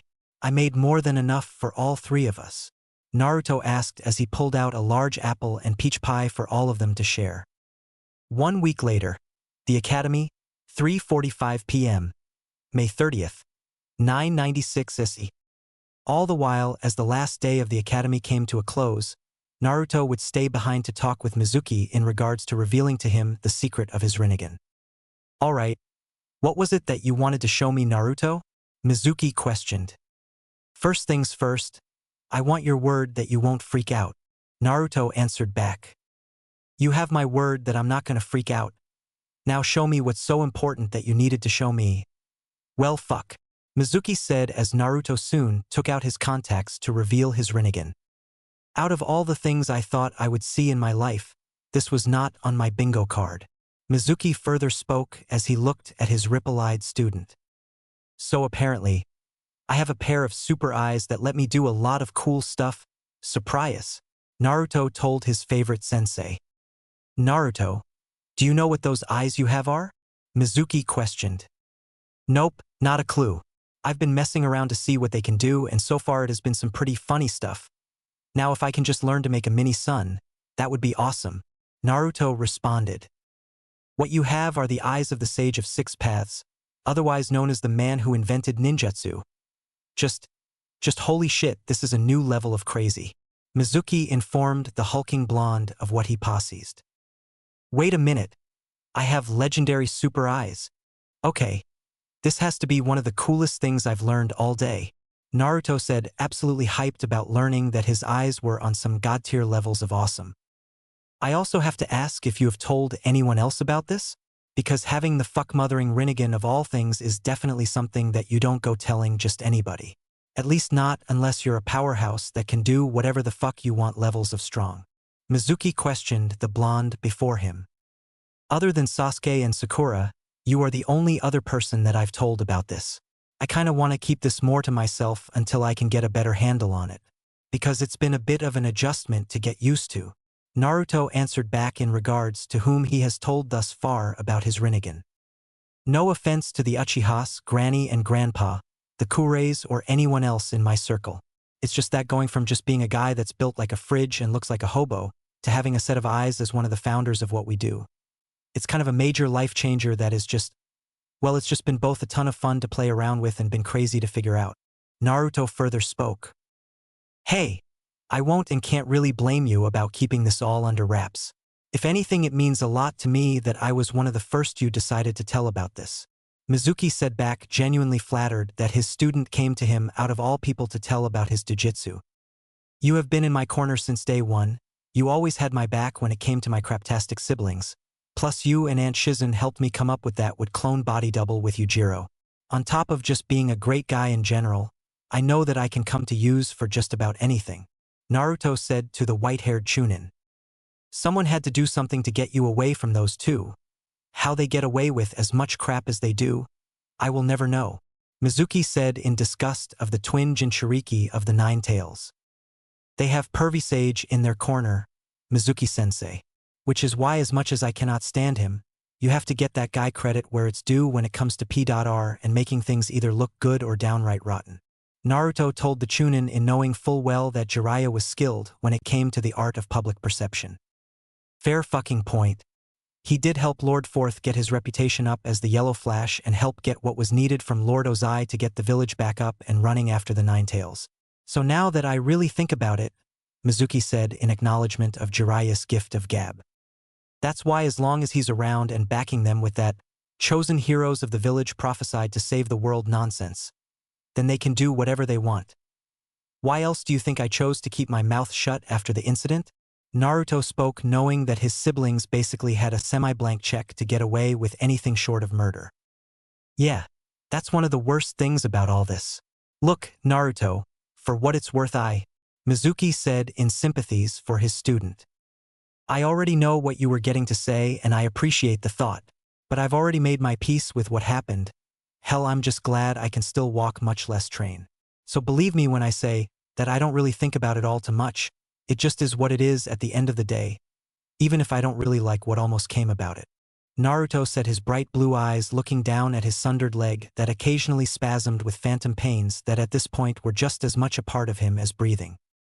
Anyways, I'm just glad that you are being so cool about all of this, Mizuki-sensei. It means a lot that you're cool with my new pair of eyes. Naruto said in changing the subject to a brighter one that didn't make his head spin and his blood churn like curdled milk. Not a problem at all. Hey, if you want, I can get in touch with my boss and see if he can't help get you training to work with your Rinnegan? Mizuki suggested. That sounds awesome. If he can help me get a better lock on Y eyes and knowing what they can do, then I am all here for it. Naruto said, completely down for getting extra training from someone of Mizuki's camp. Trust me, my boss can make anyone an A-class threat to be messed with, which is why if he and the others on deck can't turn you and your Rinnegan into the embodiment of being a menace, then I honestly don't know who can in the village. Mizuki told Naruto in knowing that with his boss's help that his student would become nothing short of immensely powerful. Sweet, and tell me what they say and when they want to meet them. Because I am more than happy to see what I can really do with my new powers. Naruto spoke, eager to see what more he could do with his Rinnegan in the full totality of its abilities. And you have my full support with all of that. Seeing you become something amazing is on my top 10 list, Naruto. So let's make that happen as soon as possible, Mizuki told his student. Thanks.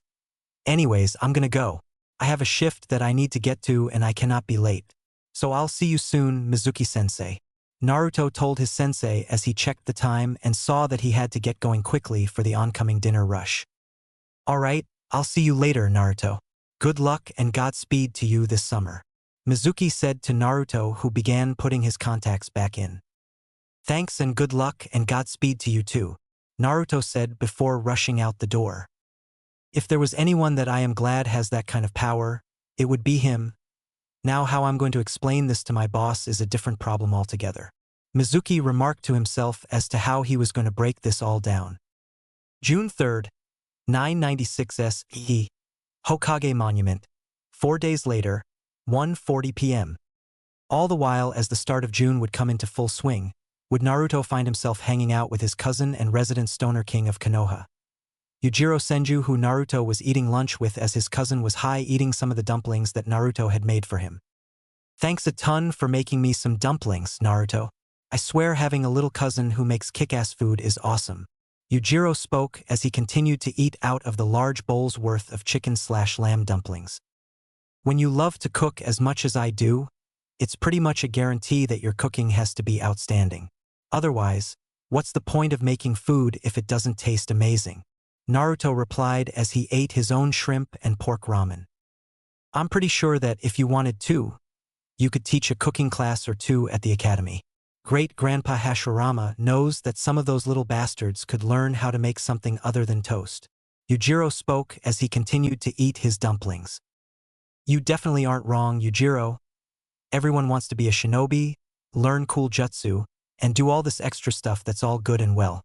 But no one ever thinks about how they need to feed themselves, how they need to recognize what is and what isn't edible, or better yet, how to make a simple yet great meal on the road. Idiots, the lot of them, for not wanting to know or even learn how to make a good meal. Naruto replied, knowing that being a kick-ass and uber-powerful shinobi was great, but knowing how to feed yourself was equally, if not more important. It is one of the few things I will never understand that they don't teach more of at the academy. It wouldn't even be that hard either. Just dedicate a few months or so, and everyone would be golden.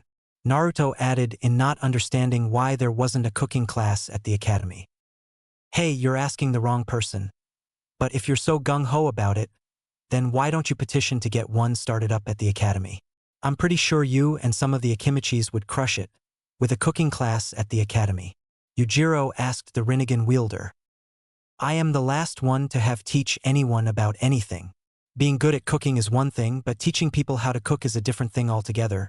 With how high my standards are when it comes to making good food, I'm pretty sure I would put someone's head through a wall from how much they'd fuck a simple recipe up. Naruto answered back, knowing that with his standards combined with his temper, it would be a recipe for disaster. Hey, I'm just putting it out there, my guy. You are a natural when it comes to cooking, so as far as I'm concerned, it doesn't hurt to spread the love, Yujiro said to his cousin. Yeah. But again, I do not have patience for failure. It's also the reason why I will never be a Jonin sensei. I only have one setting, and if they can't keep up with it, that's on them. Naruto replied in regards to his resistance to teaching in any capacity. I won't judge at all, but I gotta ask, even if you do manage to get on a squad with your dumbass friends, what's the game plan after that? Yujiro questioned as he reached to light another blunt. I dunno, probably get as strong as possible, work with Sasuke, Sakura, and whoever our sensei winds up being. Dear God, I hope it isn't Kurenai, because fuck that drunk-ass skank. Then from there, just level up and go on a bunch of dope missions until the Chunin exams start up. Naruto answered back as he ate more of his ramen. Which reminds me, if I do manage to get someone halfway decent like Uncle Obito, or on a slightly shittier note Kakashi, do you mind helping co-train us? So we can get strong as shit? Naruto requested of his cousin. You sure that's a good idea? Because I may be chill as fuck, but I am regarded as one of the strongest to ever do it in Konoha for a reason. Hell, they're even putting me up there as the next coming of Great-Grandpa Hashirama. Yujiro wondered, And that's exactly why I say we get you on board to do it. Because who better to help us get stronger than one of the best in the business? Other than Grandpa Dan, Granny, Rayan, my bonus mom Ibuki, Itachi, or Korine. There's not really any other powerhouses close to us that I'd choose to help us out. Naruto said to the powerful stoner beside him. Shit, you're not wrong. But just so you know, if you or your friends get their shit absolutely rocked by me, you asked for it. Yujiro told his cousin. Wherein the Wood Release user knew full well of his own immense strength as one of the rare few to be a S-rank threat within Konoha. As such, he saw the request of him potentially co-training his cousin and his friends to be greater as a request he couldn't pass up. Since it was from his own perspective that if Naruto was bold enough to ask him this, knowing full well that he wasn't one to pull punches and how much he loved to fight in general, then who was he to say no? Hey, I know what I'm getting into, but if I really want to be great and show that I can hack it as a ninja, then I have to do whatever I can to be the best version of myself possible. You did the same growing up when you were my age. Naruto responded after getting his blunt to finally light. Yeah, those were the days. Shit, the fact that Korine and I will still go beating the shit out of high-ranking ninjas. For shits and giggles says more than enough. Yujiro said back regarding one of his and his sister's favorite pastimes. The fact that you do that to people out of sheer boredom and come out on top, say it all about you guys being built different. Naruto remarked on the brass balls on his cousin to hunt high-ranking shinobi for sport. Hey, when you get to be at the top of the mountain, it gets pretty boring up there, so you eventually find stuff to take up your time. Mine just so happens to be training with my Wood Release, getting high and being a menace to society. Yujiro spoke with a small grin. Plus, it's just really funny to watch them squirm when I stomp them in their shit. It's honestly one of the funniest things in the world to do to people. Yujiro added in enjoyment of one of his favorite pastimes. I'll take your word for it, Yujiro. Plus, why else do you think I love cooking so much? It helps me keep me going, and it's the one thing I can rely on when I join you and everyone else at the top. You gotta have something around so you just in case you get bored of everything and want to have a fallback option. Naruto said in seeing his talents in cooking as one of the best options possible should he feel as though the shinobi life was either not it for him or just not of interest any further. And it's that kind of thinking that'll keep you from being a burnout. Good on you for having something in your back pocket so you don't crash out from boredom, Yujiro said before taking a deep inhale of his weed and blowing out a thick cloud of smoke. If the day comes that I ever decide to crash out, then you will know from a mile away. Trust me when I say that if that day comes, I'm going to make it everyone's problem. Naruto replied. You know, if you ever want to, I will be glad to lend you something out of my personal stash. It never hurts to smoke a few trees to take the edge off. Yujiro offered to his younger cousin. Thanks, but I think I'm good for now. I may take you up on the offer later, but for now I rather like not smelling like something Gamabunta puked up, because he got wasted on sake. Naruto said back in decline of the offer. Alright, suit yourself. But if you ever change your mind, the offer is always there. Yujiro told the Rinnegan wielder. Thanks a ton, and I appreciate it. Right now, I'm just trying to keep my head on straight until graduation day next year. Just one more year of nonsense and I will be scot-free, Naruto said as he looked up at the sunny day ahead of him. I don't know how else to explain it, Yujiro. It's almost like I can feel my chance at becoming a super cool shinobi right in front of me. All I have to do is reach out to take it with my bare hands, and then I can finally be one of the greatest to ever to do it. I just know it in the pit of my stomach I can make it happen. Naruto further spoke in feeling as though he could almost tangibly grasp the potential and possibility of strength and freedom unlimited. And I know you can do it, giant bastard. Shit, you've got a whole army of people rooting for you, pitching in to help where we can, and anything else under the sun you need. I would be surprised if you didn't become a total badass. Yujiro replied in support of his giant of a cousin. Thanks, by the way. How much of a badass do you think I can be down the line? Naruto asked as he continued to devour his ramen. I'd say give it enough time and you could make something shake to where you'll be as strong as Dad was in his prime. Better yet, I'd say probably up there with the likes of Lord Third when he still had a hairline. Yujiro answered back. Damn. Now I really have something to aspire to, Naruto said with a hopeful smile. Hell, I just might make myself up there with the greats. The real question is, how far can I go with my new eyes to take me to the fucking stratosphere? Naruto wondered to himself as he continued his lunch alongside his now-baked cousin. The next day, 11:25 a.m., Route H.Q., June 4th, 996 SE. That being said, in the day to follow was Mizuki reporting to his boss in regards to Naruto's being in possession of the fabled Rinnegan and where to go from there. Regarding the hulking blonde. The best part about it is, he actually wants our help to get training on understanding this. I am telling you that if we take Naruto and help get him trained, then we are looking at someone who can make the nine-tailed brats look like trash. Mizuki told the Warhawk. This is definitely a positive turn of events. To think that someone who has the eyes of the Sage of Six Paths was hiding under our noses. This is very great news indeed. Danzo spoke. So how do we handle this, boss? Because the faster we act on this, then faster we get another powerhouse under our belt and someone who can hard counter the twin idiots. You, myself, and everyone else en route and the Umbu know full well that we need something reliable to stop those fuckers if they become a problem. Mizuki questioned in regards to recruiting Naruto to their side of things. I want you to go to him at your earliest convenience. The quicker we get to him and make sure that he not only is trained in mastering a highly valuable and potent asset, then the faster we have not only a counter to the Jinchuriki. It is also the faster that we gain another weapon to strike out at the enemies of the leaf. Danzo answered back. Understood, and I will get it done as soon as possible. There is one thing I would like you to do for Naruto if he completely agrees to join up with us. Mizuki requested. What would that be?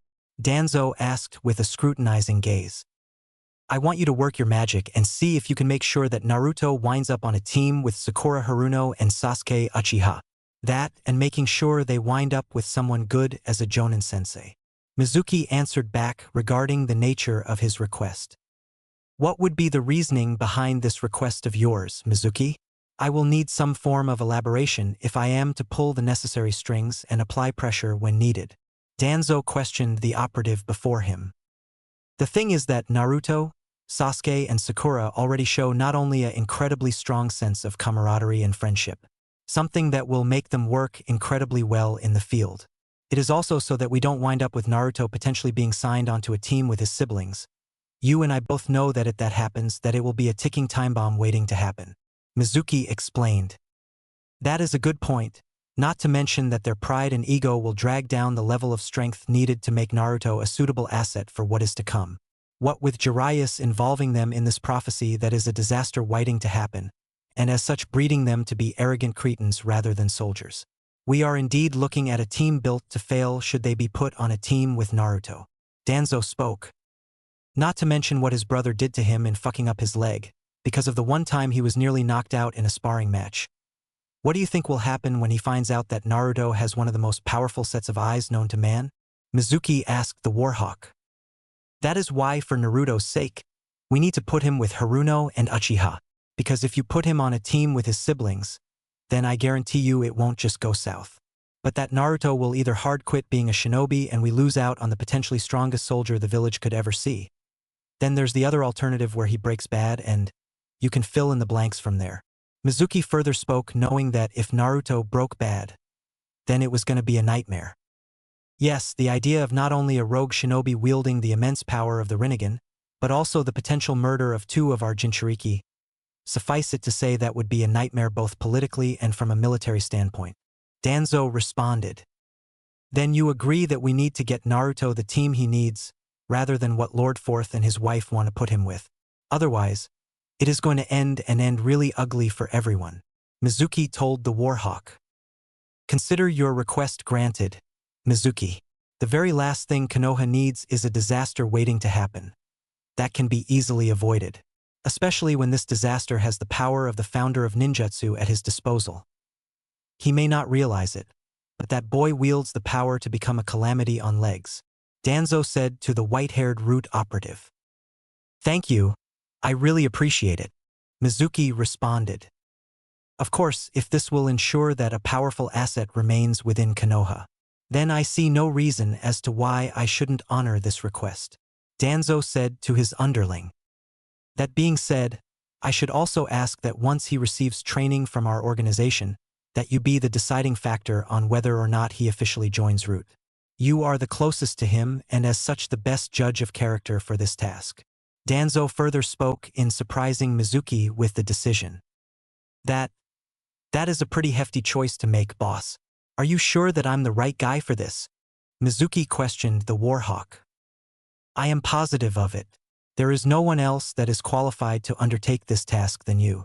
Besides, if we are going to train him to bring about his full potential as an asset of the village, then it only makes sense that we make the selection of whether or not he is to be inducted into our ranks. Danzo told the white-haired Chunin. If you really think that I'm the best man for the job, then I'll do the best I can to make this work, Mizuki said to the leader of Root. Good, now then, if there is nothing else to report, then you are dismissed for the day, Danzo said as Mizuki's prolonged silence gave the answer, and soon enough was he left to his own devices. A wielder of the fabled Rinnegan within the village's wall. This is going to make things incredibly interesting in the future, and more than that, finally giving Konoha a true counter to the Ninetales where Jiraiya, Minato and his wife will not do what is needed. Blessings truly do come in strange ways, Danzo remarked to himself at the events soon unfolding. And so with summer now beginning for our intrepid trio, wherein a whole new set of events and opportunities are to come for them, we also see that not only has Mizuki been added to the growing circle of those who now know of Naruto's Rinnegan, we also see that with it, Danzo is now informed of and setting his sights to eventually bring Naruto into the fold. Things look to become far, far more interesting for the Rinnegan wielder at hand. So with Naruto now open to a new world of ever-expanding possibilities, how things will soon unfold for him will all be told in the new installments of You'll Never Keep Me Down, A Rippling Alternative, June 9th, 996 SE, 1:45 p.m., Grass Country. It would be 1:45 in the afternoon as Naruto and Sakura were currently stalking their target in the form of Aoi Rokusho and his genin squad, who were en route to return from a C-rank mission in the Waterfall Country. Alright, Naruto, are you good to go? Sakura asked her adoptive brother. Are you kidding me? I woke up ready to get things started. This is going to be great, Naruto answered back, ready to hop to it. Then let's go catch your first bodies, Sakura said as the two rushed off to stalk their targets. All the while Aoi Rokusho and his tea of genin were en route to reach the border between grass and rain country, within another 3 miles of traversing through the thick forest line. He and his team in high spirits after completing their first sea-going on B-ranked mission, with those assembled chattering amongst themselves at how they not only valiantly fought off bandits but also their leaders in the form of rogue ninja that while the genin managed to take down through teamwork and assorted skills, their sensei was able to best with his majestic sword of lightning.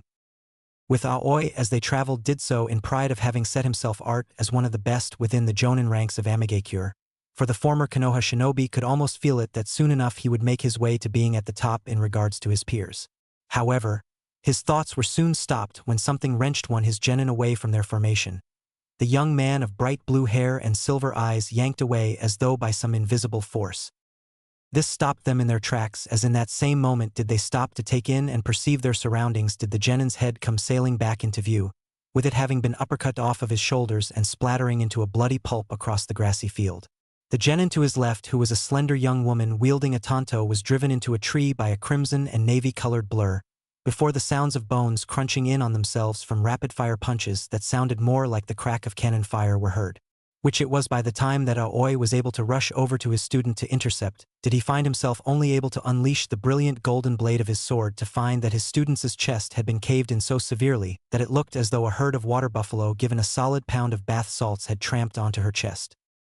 However, it was by the time he was able to turn around did he hear another pain scream erupt, as he was able to turn and see that his student was currently being impaled by a large man with blonde hair, wearing a pumpkin orange short-sleeve short with blue accents and matching navy shorts. Yet what drew his attention the most was that his hands were large electrified metal claws that had impaled his student in the stomach, lifting them into the air where they dangled helplessly. Before the aimed Jonin could move so much as a single muscle did what he assumed was his companion, who looked like a pink-haired Oni, come rushing in to Spartan kick their head clean off their shoulders. Nice shot, Sakura, Naruto said as with a swiping motion his claws shredded the now headless corpse. Thanks. And by the way, is that a new add-on to your arsenal? They look cool as shit, Sakura said, looking at Naruto's imposing armored claws for hands that cracked with lightning. Oh yeah, I call them my lightning claws. Pretty cool, huh? Naruto said as he began transforming his hands back to their normal state. You're goddamn right, they look cool, Sakura said back as they saw Aoi charging at them before Naruto blasted him back with a very potent almighty push. Sir, we will be with you in a moment. I was talking to my sister here, Naruto told Aoi as he was sent through nearly a dozen trees. Anyways, I've been working on a few other bits of cool stuff that I'd like to get your opinion on. Naruto further spoke to the pink-haired bruiser. I would love to see some of that after we get done taking the piss out of this idiot. We do have a job to finish, so let's get this done properly, Sakura replied. Gotcha, Sakura, Naruto said as he switched to his Azura path once more. From there, Aoi was met with the approaching sight of Sakura dashing towards him like a runaway freight train and Naruto using the Azura path to quite literally rocket towards him. His feet had turned into propulsion jets to barrel towards him, with the aim shinobi lashing outwards with his sword of the Thunder God to send out a torrent of electrified energy out at the duo. In response to this, Naruto flew up and over the attack to continue his course towards Aoi, while Sakura used Raging Fire to accelerate faster than before in order to dash around the electrified attack. But before Aoi could unleash another attack from his electrified sword did Naruto use Universal Pull to send him reeling towards him at great speeds. The sudden gravitational pull ripping him forward to Naruto, who unleashed a heavy left cross to slam his canned ham-sized fist into Aoi's jaw. The heavy blow had broken his lower jaw and sending out a handful of teeth skittering out of his mouth, before another right hook to the ribs sent him careening into the ground, where he was met with Sakura leaping into the air to deliver an Iron Breaker enhanced punch to the middle of his back. The blow being enough to stop his ascent in his tracks before he was met with her delivering a flurry of punches and elbows that began to shred not only his flak vest, but his clothing and flesh to the point her sequence ended. It looked as though he'd been pelted by a savage beast. The final blow being a triple kick to his lower back, the right side of his chest, and spinning around to deliver it to his solar plexus with enough force to have him double over to his knees, staggering from the assortment of blows that left his heavily bruised back and heavily cracked if not broken ribs. However, it was not done as Naruto came following through with a hard overhand aimed at his throat, and whilst he was able to block the attack in time, it didn't stop the follow-up uppercut aimed at his right arm from striking true. As such, Aoi was from that point on forced to defend a multi-angled assault from both Naruto and Sakura, who set a relentless pace, wherein Naruto's heavy-handed brawling style made it so that it didn't matter whether he blocked the giant's punches aimed at his body. Given that, as far as Naruto was concerned, it just meant that he would punch anywhere else, evident by his punching at his arms, shoulders, and the occasional thudding uppercut to the kidneys or bladder, that nearly brought him to his knees with each blow.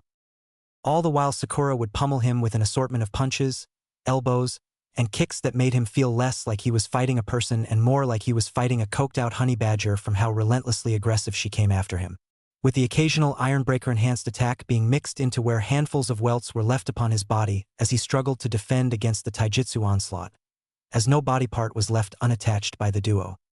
With it being as he went to attack with a swift thrust of his sword did Sakura aim a heavy stomp kick at his knee to stun him. The attack working as the moment he went to check it did Naruto use the bladed tail of his Azura path to impale his right thigh dead center with such speed that Aoi barely registered the attack until it was too late to parry it. The result was him being rooted into the ground by the extra appendage and howling in pain as he felt it pierce clean through his femur, the extremity gushing blood from the bladed tail going through his leg, something that left Sakura able to tackle into him and grab his sword-wielding arm in order to put him into a vice grip of an armbar, wherein she went into 15% of her removal in order to make her armbar more than lethal enough to do as she planned. With it being as Aoi struggled to attempt to get Sakura off of him, would Naruto drag his tail through Aoi's right leg to further split it open as in tandem with Sakura was he quick to nail Aoi with a brutal liver shot of a right uppercut that ruptured it on impact. The blow stunning Aoi enough that Sakura was able to finish her armbar with brutal effect given that she not only dislocated the now ruined limb, but quite literally snapped his sword-wielding arm in half as though it were a candy bar, the offending limb now hanging limply at his side, a dangling mess of an arm that borderline was broken off at the elbow.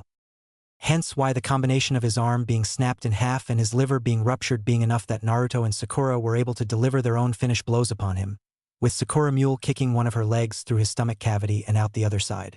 All the while Naruto reared his fist back to deliver a brutally powerful right hook so strong that it outright decapitated Aoi on the spot, turning his head into a fine red mist on the spot that left nothing but blood, gray matter, and bone remnants to be sprayed across the clearing. "Hey, Sakura, what do you want to do now that we took care of this guy?" Naruto questioned the pink-haired bruiser. You want to set up camp, get some food going for lunch and call it a day for now? Sakura asked back. Yeah, I'm down for that, Naruto said with a shrug of his shoulders. Awesome. Just let me seal up this guy's corpse and his kick-ass sword, and I'll start getting things set up so we can make camp, Sakura told the Rinnegan wielder. I'll go and hunt us down some food. Hopefully, there's something out here I can use to make a decent enough meal, Naruto said back as he activated the Predapath to fly off and away. This went so much better than what I thought it would, were Sakura's thoughts as she got to work on sealing up the headless sundered corpse of their mark. Fire/grass country border, 9:45 p.m. 2 days later, June 11th, 996 SE. It would be a few nights later. As our duo began their journey back to Konoha, would Naruto and Sakura be sitting next to each other by the campfire eating some boar that Naruto had caught and put on a spit roast for them to eat on. Hey, Naruto, you mind if I ask you something? Sakura questioned. Sure, go right ahead, Naruto responded as he continued eating his lion's share of the boar. I just wanted to know how you're doing after everything went down today. This is the first time you've killed people, and so far you've been pretty chill about it, Sakura asked, wanting to know how he was doing in the aftermath of such things. You sure you won't judge me for what I'm about to say? Naruto asked back. Naruto, we are pretty much family. Unless it's something super weird or super messed up, I am not going to judge you. So go right ahead and share with yours truly, Sakura replied. Alright, well, when we killed that Aoi guy and his genin, I didn't even feel a thing when I did it, and I am not trying to say this to sound like a tough guy or anything. But I am telling you right now that when we took them down and made it damn near look easy, there wasn't really anything that I felt about it. I didn't feel bad about it, I didn't feel over the top about it or ecstatic that I mauled someone, or angry at what I did. And it was weird that I didn't, Naruto told Sakura as he tore off another piece of boar to eat. It honestly felt like I was stomping on a bunch of ants. Just a bunch of miserable, insignificant ants who meant nothing. Is that fucked up for me to feel that way after killing people for the first time?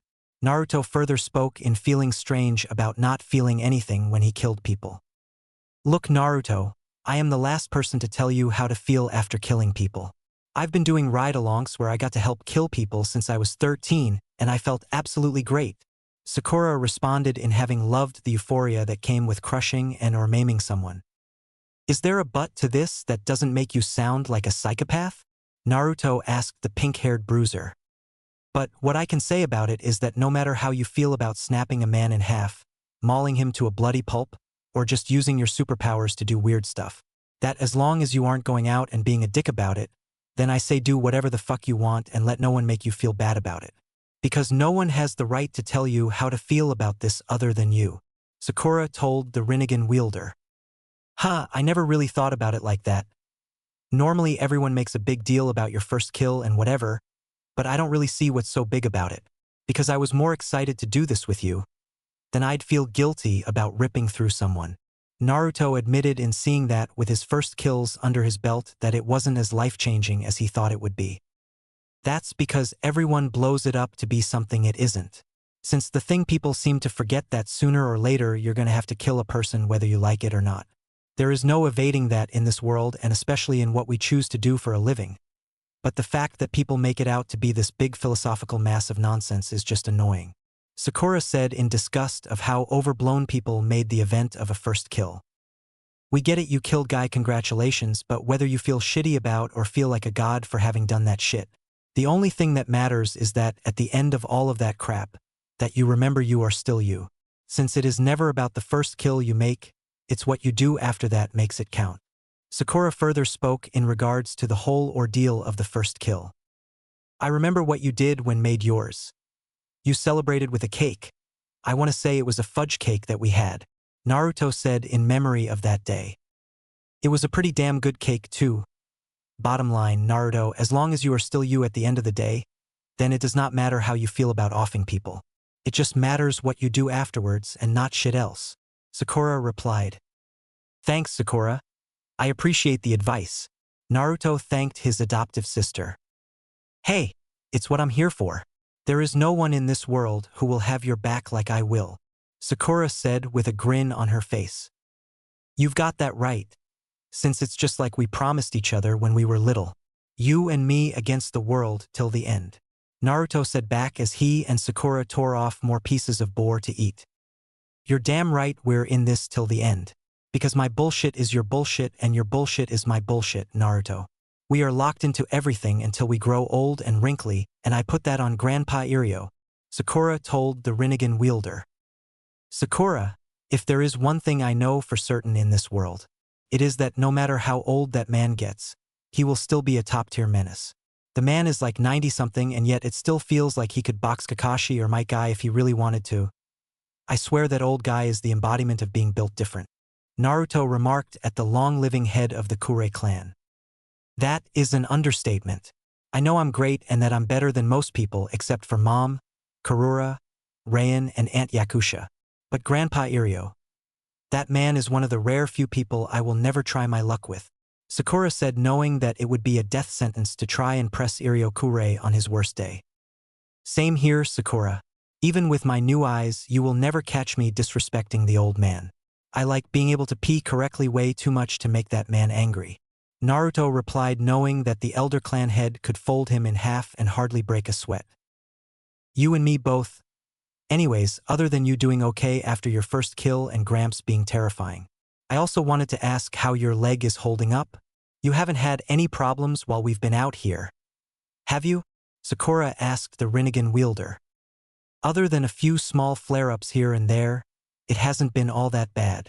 It's just mostly there at this point, Naruto told her regarding his scarred over leg. Phew, that's a relief. The last thing I need is for you to start falling apart on me because you didn't say something about it. I need my brother to be okay. So if something is wrong with you, then open up your mouth so I can okay. Sakura said back with an undertone of sisterly concern in her voice. Hey, my leg pains might be a bitch and a half to deal with, but it isn't anything I can't handle, Naruto assured her while lightly tapping on his leg brace. I know you're tough, but it doesn't mean I can't worry about you, Sakura said. I get it, but as always I'll be just fine. I'm too tough for my own good, you know, Naruto replied with a reassuring smile. Yeah, you really are sometimes, but that's what I love about you. Anyways, I'm gonna finish eating and then take watch, Sakura said as she continued eating. Gotcha. I'll clean up once we finish this last bit of boar, Naruto replied as the two continued eating over the campfire. 3 days later, Konoha, Haruno household, June 14th, 996 SE, 2:10 p.m. In the days to follow would Naruto and Sakura soon return to Konoha, and as such were currently having lunch with Mizuki in the aftermath of their first successful assassination together. Thanks again for making lunch, Mom. I don't know how you and Naruto do it, but man is stuff great, Sakura said to her mother. It helps when we have a personal chef living under our roof. If he wasn't trying to be a shinobi, then this great young man would make a killing having his own restaurant. Mizuki spoke as everyone ate their chili. Hey, I just really love making a good meal, and I will not settle for anything less. It is the main reason why I do meal prep for Sakura and for you. I can't really have my bonus mom slumming it out with basic bitch rations, Naruto replied, in having taken to doing meal preps for everyone in the Haruno household. And I appreciate it. You should see my teammates when I have to do missions. They almost beg me to share what you make with them. I've almost had a handful of them want to pay me to get some, Mizuki told the hulking blonde.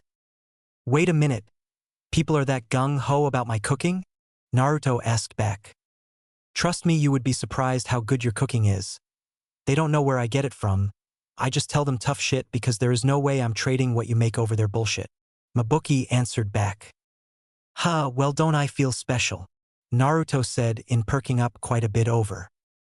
You have a God-given talent when it comes to cooking, Naruto.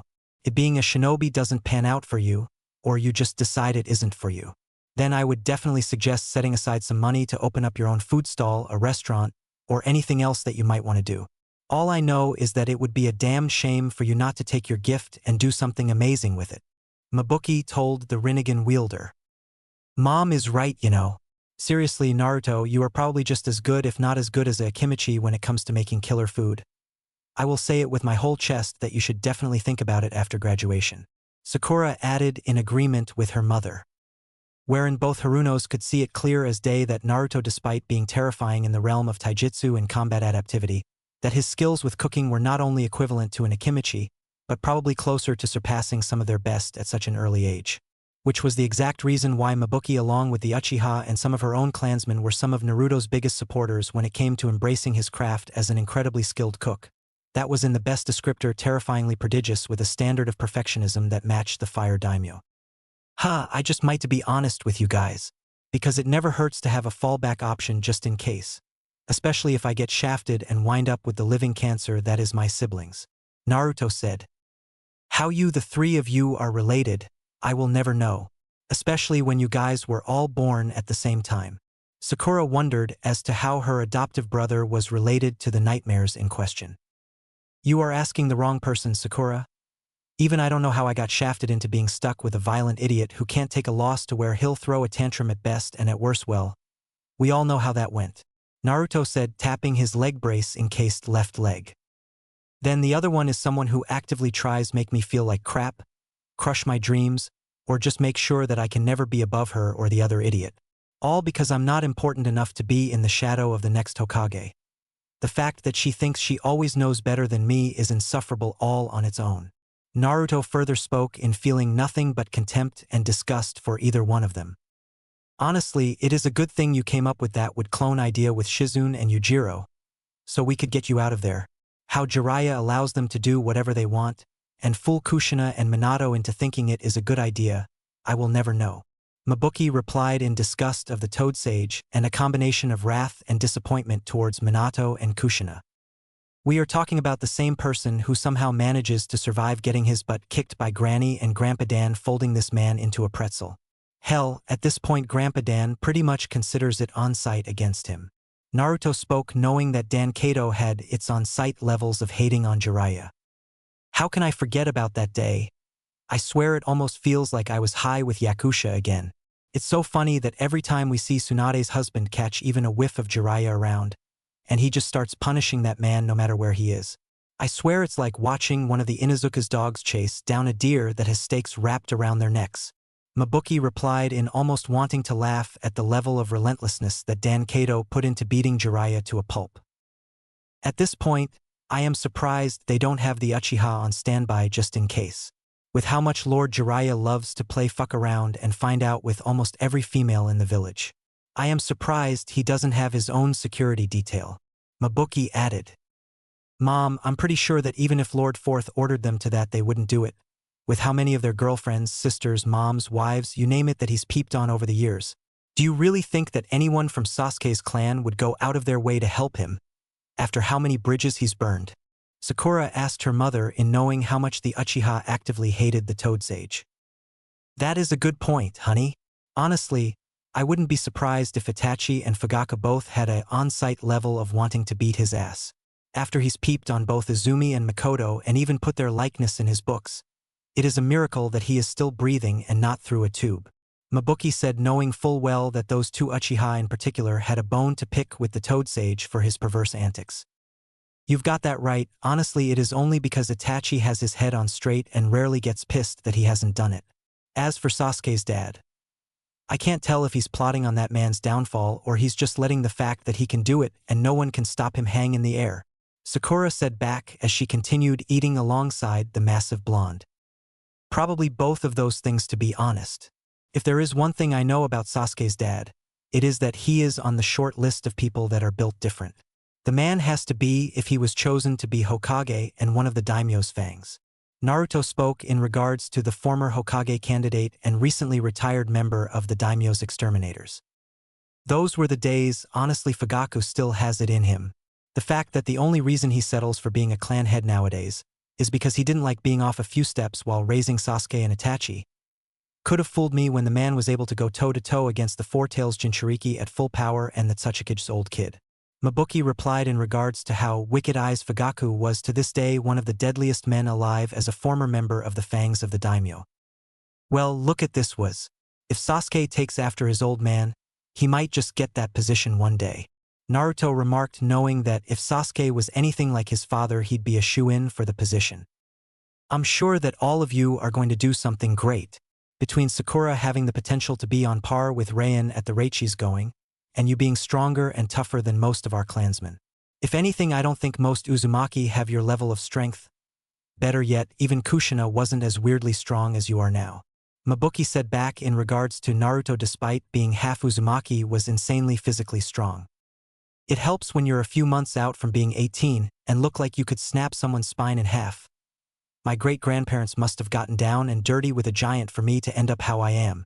Naruto spoke with a chuckle at how at the age of 17 he was 6'5" and built like Black Bear.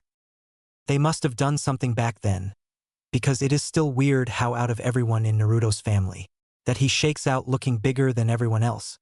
Because I'm not gonna lie, Naruto, you look like you could snap the fourth Hokage in half like a toothpick. Sakura remarked at her adoptive brother being so much of a overwhelmingly physical presence. Then it is a good thing I'm chill most of the time. Otherwise, it would be a very different story with how I treat people. Naruto said. You got that right. But other than you being the world's largest chef, let's have 3 cheers for my not-so-little brother doing awesome on his first assassination run with me. Sakura spoke in good spirits for what she and Naruto accomplished. I can toast to that, Mizuki said back. And it only gets better from here. I can feel it, Naruto said as they all raised their glasses and continued on about their day.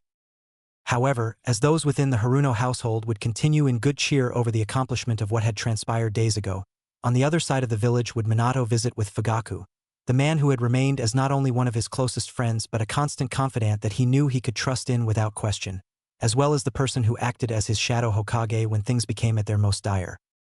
Fugaku, do you mind if I ask you a question? Minato asked the leader of the Uchiha clan. Of course you can, Minato. We have been friends for over 15 years at this point. I almost feel insulted that you need to ask me of anything. Bar that of what concerns my clan, of course. Fugaku answered back. How do you do it? How have you managed to raise Sasuke and Itachi and almost make it look easy? It almost feels insane sometimes that you can make being a single parent look like a cakewalk, and yet Kushina and I feel like we're floundering half the time. Minato asked the Uchiha clan head. Where is this coming from? I thought that things were going well in the household of the future saviors to be of the village and much more so the world. Fugaku asked back. It is just that with everything going on from training the twins to upkeeping the village and my duties as a father and Hokage, that I have been trying to figure out through it all how to make more time for Naruto. I know I haven't been there as much as I would like for my son, and believe me, I feel horrible that we have all but phased him out of the family. However, every time I try to figure out a way to make up for it, to account for more time with him so that he knows that I want to be there for him, that I want to be a presence in his life, I continue to come up short. Minato lamented to his oldest friend in regards to the state of things with his eldest son. And you think I have the magical end-all-be-all answer to fixing things with Naruto? You do know that while I am exceptional as a shinobi, and while not to boast someone who has done a fine job as a single father, that I am not a miracle worker, I cannot magically make a way for you to spend more time with your son, Fugaku told the fourth Hokage. I know, it's just that I have been trying to figure out something, anything to show him that I am there for him when he needs it. But between training twin Jinchuriki, the subjects of a prophecy that are meant to help end this cycle of violence we live in once and for all, plus making sure they are decent shinobi and contributing members of the village, I find myself almost constantly drowning in the responsibilities of trying to be a good father to my family, as well as being a Hokage that looks to maintain and upkeep the strength of their village. Minato responded as the light in his eyes almost seemed to dim as the weight of what he was trying to hold seemed to age him by 12 years. So what I am asking of you as a friend and a fellow father is simply advice on how to be a good father to a son they have failed. Minato further spoke. The only advice that I can give to you is not something that is easy to swallow, much less take to heart, Fugaku told his blonde counterpart. At this point, I will take anything to have a chance at making things marginally better with Naruto. Something is better than nothing as far as I am concerned, Minato replied. What I will tell you now is that the window to be a parent to Naruto has closed. The boy is going to be 18 in a few months, with how much you and Kushina both have missed out on so many key points in his growth. I doubt there is much in the way of being a father you can do for him now. That portion of his life has closed off, as much as I hate to say this to you," Fugaku said with the bluntness of a sword slicing through your ribcage. "I had figured as much. I was holding out hope that I could make some peace with him as his father. But at the end of it, I do have to be realistic in what can and cannot do as a father," Minato responded, although nonplussed about it. "However, that does not mean you cannot be for him should he need it. What you have to realize is that as a young man, he will need help in growing further in the journey of becoming a better man overall. It is a responsibility that I have had to learn when raising Itachi and doubly so with Sasuke, since Mikoto died all those years ago, rest her wonderful soul. The point being that even though you may not be able to be a father to Naruto, now that he is going to be a man soon enough, that what you can be is someone he can look to for counsel. You are still the Hokage and a respected shinobi of the village, and by being someone he can look to in that aspect, you may find something there for him yet," Fugaku told his longtime friend in realizing that it was a bitter pill to swallow but one that needed to be given even still. "It is not an easy thing to hear, I know. However, as someone who has managed to raise 2 sons of his own, that the best thing you can do is be what they need most. Someone who they can respect, come to when they are in need of aid, and someone who can advise them on what it takes to be a man. There is no one true guide to being a father, Minato," Fugaku added as Minato sighed in mental exhaustion. "I hate that this is what it has to be. I really hate it. However, I can't say that I disagree with what it is that you have to say, especially when you have managed to kill it as a father to both your boys," Minato said with a light bit of laughter. "Thank you for the kind words, my friend. As I do not know how I make being a father look so easy, even when it is most certainly not, and most often it leaves me with more gray hairs to count than I would like to admit. However, I will say that fatherhood is never easy, and that even though you have failed with what you have wanted to create with Naruto as his father, that does not mean that you are a horrible one.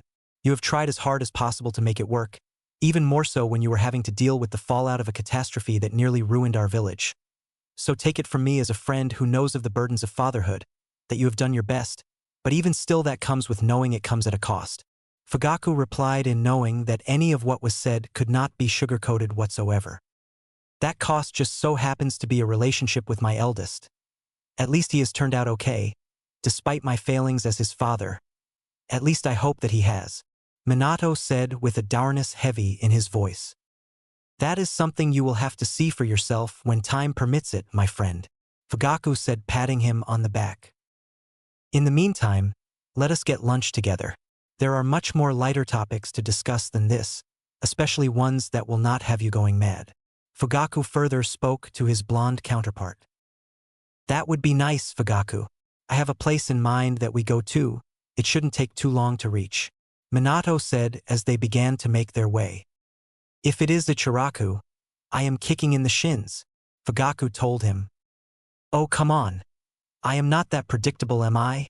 Minato responded with a bashful laugh. "That remains to be seen, Namikaze," Fugaku said as the two headed off for lunch.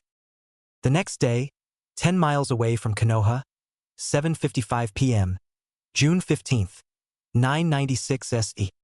On the next day in question, as Naruto was currently working on a new technique with his Deva Path and further trying to mess with the gravity-based powers of it, given that he wanted to do something that took advantage of the attraction-based parts of it, which had varying results. "I don't get what I'm doing wrong here. I should be able to get this nailed no problem. But for some odd reason it feels like something is missing," Naruto sighed, looking at the gouges in the earth from his experiments with the Deva Path's powers. "You are toying around with the powers of gravity itself, Naruto. Creating whatever it is you are attempting isn't going to be so simple," Sasuke told the Rinnegan wielder. "If anything, you should be glad that what you are attempting hasn't created more disastrous results. Otherwise, the decimation of the surrounding wildlife would be the least of your concerns," Sasuke added, in seeing nothing but earth and rubble that looked as though it had been imploded and ripped away. "Well, I already have the hollow point, which is just the repulsing parts of what I can do put into projectile form. So why not make the attraction bits into something I can launch to clear out rooms and do some crowd control too?" Naruto spoke in regards to the creation of one of his newest techniques as a companion piece to the almighty push. hollow point. Understand that I commend you for doing what you are attempting to. The power of both your hollow point and this new technique you are creating is nothing short of incredible. Sasuke said in compliments of Naruto's creativity in regarding his jujutsu thus far. Why do I feel like there's a but to all of this? There's never a moment where you're nice unless it comes without criticizing what I can do. Naruto asked the swordsman. But you have to remember that it isn't just about overwhelming force with the powers you have. It also means you have to wield it with precision as well, otherwise everything you are doing will be for nothing. That training to master the powers of your eyes will be for absolutely nothing, if you do not exercise precision and a great deal of discipline over all aspects of it. Sasuke answered back in refusal to sugarcoat anything for his friend. I know, Sasuke. I just want to be awesome with my new powers and show that I am worth being a soldier of the village. Especially now that I have a fighting chance to make my case. Naruto said in wanting more than anything to show that he was worth taking a chance on. And I understand that, Naruto. You are incredibly capable, more than what you give yourself credit for. However, you have to exercise discipline with how you use these powers of yours. One moment of recklessness and something horrible could happen to our future sensei, Sakura or myself if you are not careful. Sasuke replied as he put a hand of understanding on Naruto's shoulder. You know that my criticisms come from wanting you to be better. Because I know that you are more than capable of being something incredible, you more than have that capability. All you need to do is put forth the effort to do so and you will be phenomenal. I just simply know this to be true. If anything, if you put anywhere near the level of dedication you put towards your craft, then you would outclass the likes of Kakashi Hatake and Might Guy by a wide margin. Sasuke further spoke, his voice, while stern as it always was, had the undercurrent of encouragement within. It isn't as easy as you think, Sasuke. It's just that fighting is one thing and I work my ass off to be good at it. But when it comes to cooking, I can't really explain it, but when I'm cooking and making a good meal for myself or anyone for that matter, the world just seems to make sense to me. Everything just comes together so well that before I know it, I can make a 3-course meal with one hand tied behind my back, and it would make anything from yakiniku Q look like garbage. Naruto responded. Wherein Naruto could best describe cooking to him as the one place where everything simply made sense, as it was almost as though he could lose himself into a flow state of bringing ingredients together to create food that would leave a person unable to even stand from it being both filling and just tasting that good. It was to him the one place where he could lock in and know that it wasn't just an escape where he felt at his utmost safest, but it was also the place where he could hold himself to a standard that most would consider maddening and yet still love what he could get out of it. That is also a fair point to make, and while I know that cooking is important to you, in fact, it being one of the few things that you are a prodigy tenfold at, I also know that if you apply yourself with even half the focus you give to it, and instill into your training and the discipline of mastering whatever you want to create, then you will be nothing short of unstoppable. I guarantee that much. Sasuke said, knowing full well that his giant of a friend had it in him. Do you actually think I can be that awesome? Naruto asked the Uchiha, who smirked. I do not think that you can. I know that you can. I will stake my swords on it that you can be something beyond the third Hokage, beyond the man who beat the legendary Sannin, and even rival the first Hokage. I believe in you being the best that you can be and more, Naruto. All that I ask is that you put forth the effort that I know you can. Sasuke answered back, his smirk curving into a modest smile of encouragement and goading that was tempered by stern confidence in his friend. All right, Sasuke. I will dig in deep and give it another 160% for you, best buddy. Naruto promised the Uchiha. Good. I will expect nothing less from you from this point forward. Now then, let us do another hour of you attempting to perfect this technique of yours. Then an hour of putting that other aspect of yours to the test. I wish to improve my defensive skills, and there is nothing like a live combat situation to make it worthwhile. Sasuke said to a Naruto who held a renewed sense of determination in himself. I heard you loud and clear. Here we go again. Universal pull. Gluttonous singularity. Naruto shouted as he began charging up said attack that took the form of a blackish-crimson void of intense gravity. That's it, Naruto. All the way, we are going to become legends soon enough. All that is needed to make it happen is to push ourselves beyond every limit conceivable to see ourselves fully realized. And I will not let you, Sakura, or myself, settle for anything less than greatness. were Sasuke's ambitious thoughts as he sent a good portion of the night training alongside his friend. And so with Naruto and Sakura completing their first full-blown assassination to great effect, which in turn marks Naruto's first ever kill, we also see the Rinnegan wielder with Sasuke's encouragement dedicate himself even further to improving himself to being something truly great in the world around him. However, how shall this take shape as Naruto seeks to show himself as something worthwhile to the eyes of a very much vicious world? Well, stay tuned and find out in the all-new installments of You'll Never Keep Down, a Rippling Alternative, June 25th, 996 S. 4:57 p.m. Konoha, Forest of Death. It would be nearing 5 o'clock as our intrepid trio had finished a combination of combat training against the creatures residing in the Forest of Death and physical training to improve their overall strength and endurance, that had left the three of them red-faced, sweat-covered, and semi-exhausted from the physical exertions. You really weren't kidding when you said that you were kicking it in gear, Naruto. Shit, even I'm winded right now, Sakura said as Sasuke collapsed onto his butt from non-stop physical exertion for nearly 5 hours straight.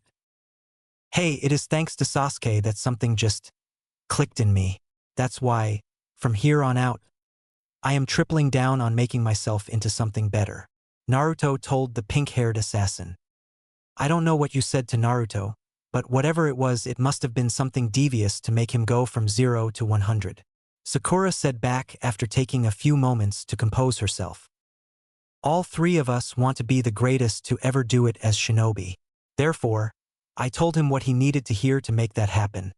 Nothing more and nothing less than that, Sasuke said after having a few moments to catch his breath. Whatever it was, I'm all here for. If we keep things going at this pace, then we can pretty much bully whoever the poor sap is that turns out to be our sensei, Sakura said back. I almost want it to be Kakashi, just so we can make him constantly know he isn't all that. As much as I'm okay with him, I also don't really mind making him regret life for funnies, Naruto said with a dark grin on his face at the thought. That sounds like a ton of fun to mess with the guy who's mastered 1,000 jutsu. I wonder how long it would take to break his bones at my max. Okay, now that really sounds like a good time. Sakura spoke in agreement with a devious chortle at tormenting the Cyclopean Jonin through training. While I would not get ahead ourselves, given that he is still an elite shinobi, I won't lie when I say that using him as a test dummy for new kenjutsu techniques sounds like so much fun, especially when we can say it is under the banner of teamwork exercises. From what Obito has informed me, suckering him into anything through the guise of improving our teamwork would work wonders in making him suffer for our amusement. How we would go about doing so is another matter altogether, Sasuke said to both his companions with a malevolent smirk of agreement. Then I think we can all agree that regardless of who we get as a sensei, that when we get tested by them, that we have to pop off and show them what we got. Otherwise, being on a squad together just won't feel right, Naruto told his friends in regards to what was an absolute must when they became genin. Agreed/preach, Naruto, were the responses of his two friends. Great, now let's go get something to eat. I'm starving, Naruto said to his friends. From there, the dynamic trio found themselves going to Ichiraka Ramen, where they decided to get dinner for the day and get their strength back up, with the trio as per usual after a highly intensive training session. Enjoyed the fellowship they had come to grow between each other over the years, with the atmosphere of good cheer being present to the point that it bordered on tangible, as they enjoyed their respective meals together and chatted on the topic of all the adventures they would soon have with each other once they became shinobi. Wherein, as they finished their meals, would Mizuki soon visit upon them, and after giving him their greetings and seeing how they have been so far over the summer, did he eventually ask for Naruto to come with him for a few minutes to discuss something important. Wherein the rude operative, after getting the go-ahead from the Rinnegan wielder, took him off to the side and began to tell him of how his boss had agreed to help him learn and further unlock the true capabilities of his jujutsu, something that had the hulking blonde incredibly excited to hear. Wait a minute, you actually found someone who can help me get even better with my eyes? Naruto asked his instructor. Yeah, I told him in confidence about what your eyes were, and he said that as long as you're good for it, then he'll help make sure you get training to master whatever they're capable of. Plus, just getting training in general to get yourself up there as a powerhouse in waiting. Mizuki answered back to an ecstatic Naruto. This is awesome. I'm going to level up so hard with your help, Naruto said, absolutely thrilled to gain training on mastering his Rinnegan. I'm going to take that as a yes, That you're on board for what my boss is offering then? Mizuki asked with a bemused smile.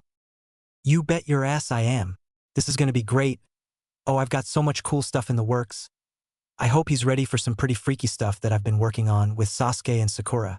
Because I've been going nuts these past few months and I have so much I can do right now. Naruto answered back, his mind practically racing with all the new techniques and variations he could further make with his Rinnegan with more assistance. Awesome. I will tell him as soon as possible that you accepted. Trust me when I say that you won't regret this, Naruto. I put it on everything with Anko right now that we're gonna make you damn near unstoppable. Mizuki promised his student. Hey, I don't doubt that it for a moment. You have been in my corner for the longest, Mizuki-sensei, so I know I can count on you. Naruto said with a grin in knowing he could always trust in the white-haired Chunin. I always have your back, Naruto. You're a good kid and it would be a damn shame to not see you get a win at life. So whatever you need to make that happen, I will do it in a heartbeat. Mizuki told the Rinnegan wielder. Thanks, it means a lot. By the way, how have things been between you and Anko? Naruto asked in regards to Mizuki and his main squeeze. It has been going awesome lately. We went out for another date night at her favorite dango place, had a small camping trip over the weekend, and she got your boy a pimp ring as an anniversary present. Mizuki said as he raised up his right hand to reveal a brass ring with a large ruby inlaid into it. That is a dope pimp ring, Mizuki-sensei, was the only response he could bring to the cool-looking ring. I know, right? It looks so cool. I don't know how or why she decided to hook up with me, but man, am I not going to question it. Mizuki said, happy to have her as his significant other. Good for you, sensei. I'm happy for you winning at life. Naruto said back, proud to see that his sensei had love in his life. One of these days we'll have to go looking around to get you somebody.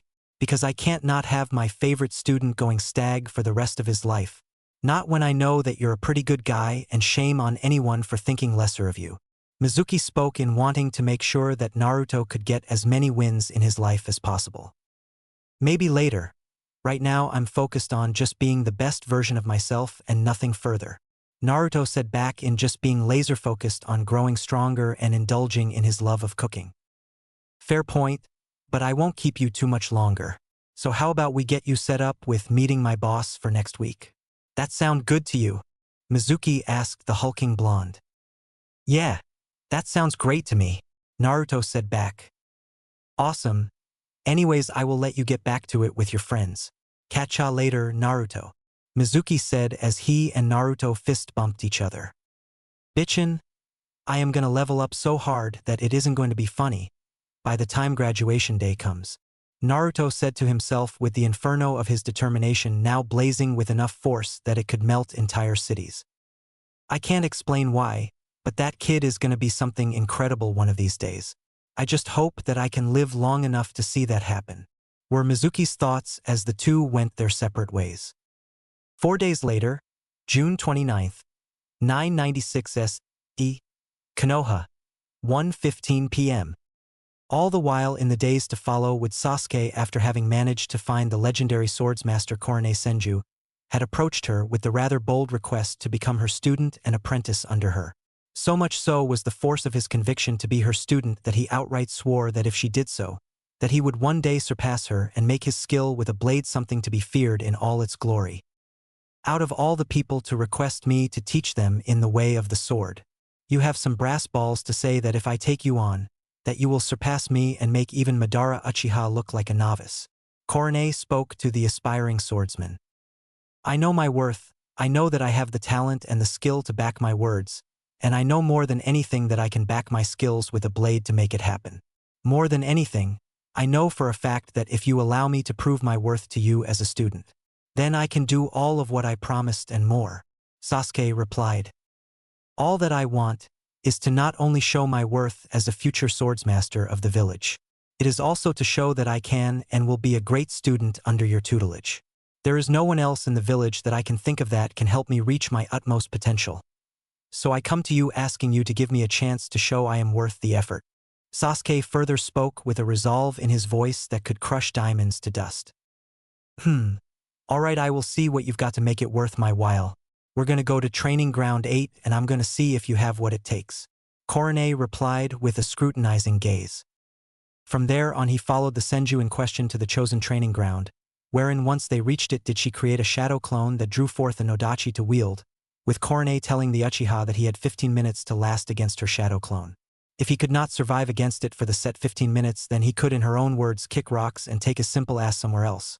With Sasuke knowing this was his one and only chance to gain the apprenticeship he desired, he decided to pull out all the stops from the jump.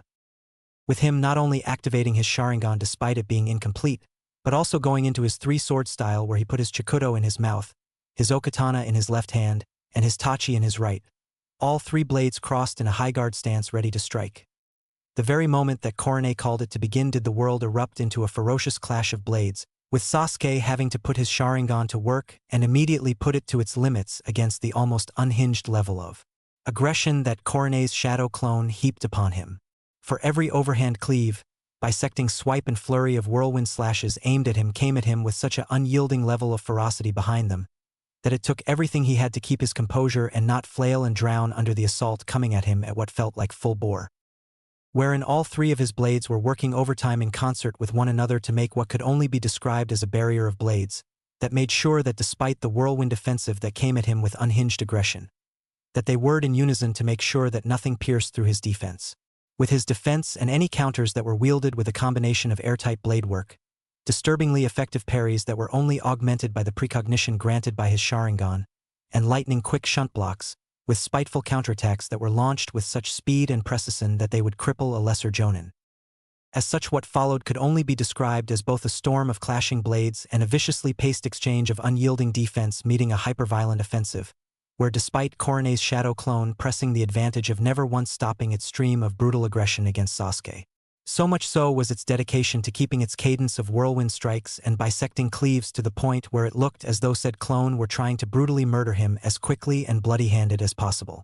That throughout it all Sasuke, despite sweating bullets and his mind having to work overtime in order to calculate the angle of which every swing came from, his defending against it, the rapid-fire recognition, the patterns of the sequences, and subsequent unleashing of counters to pierce through her offensive, that never once did he break his composure.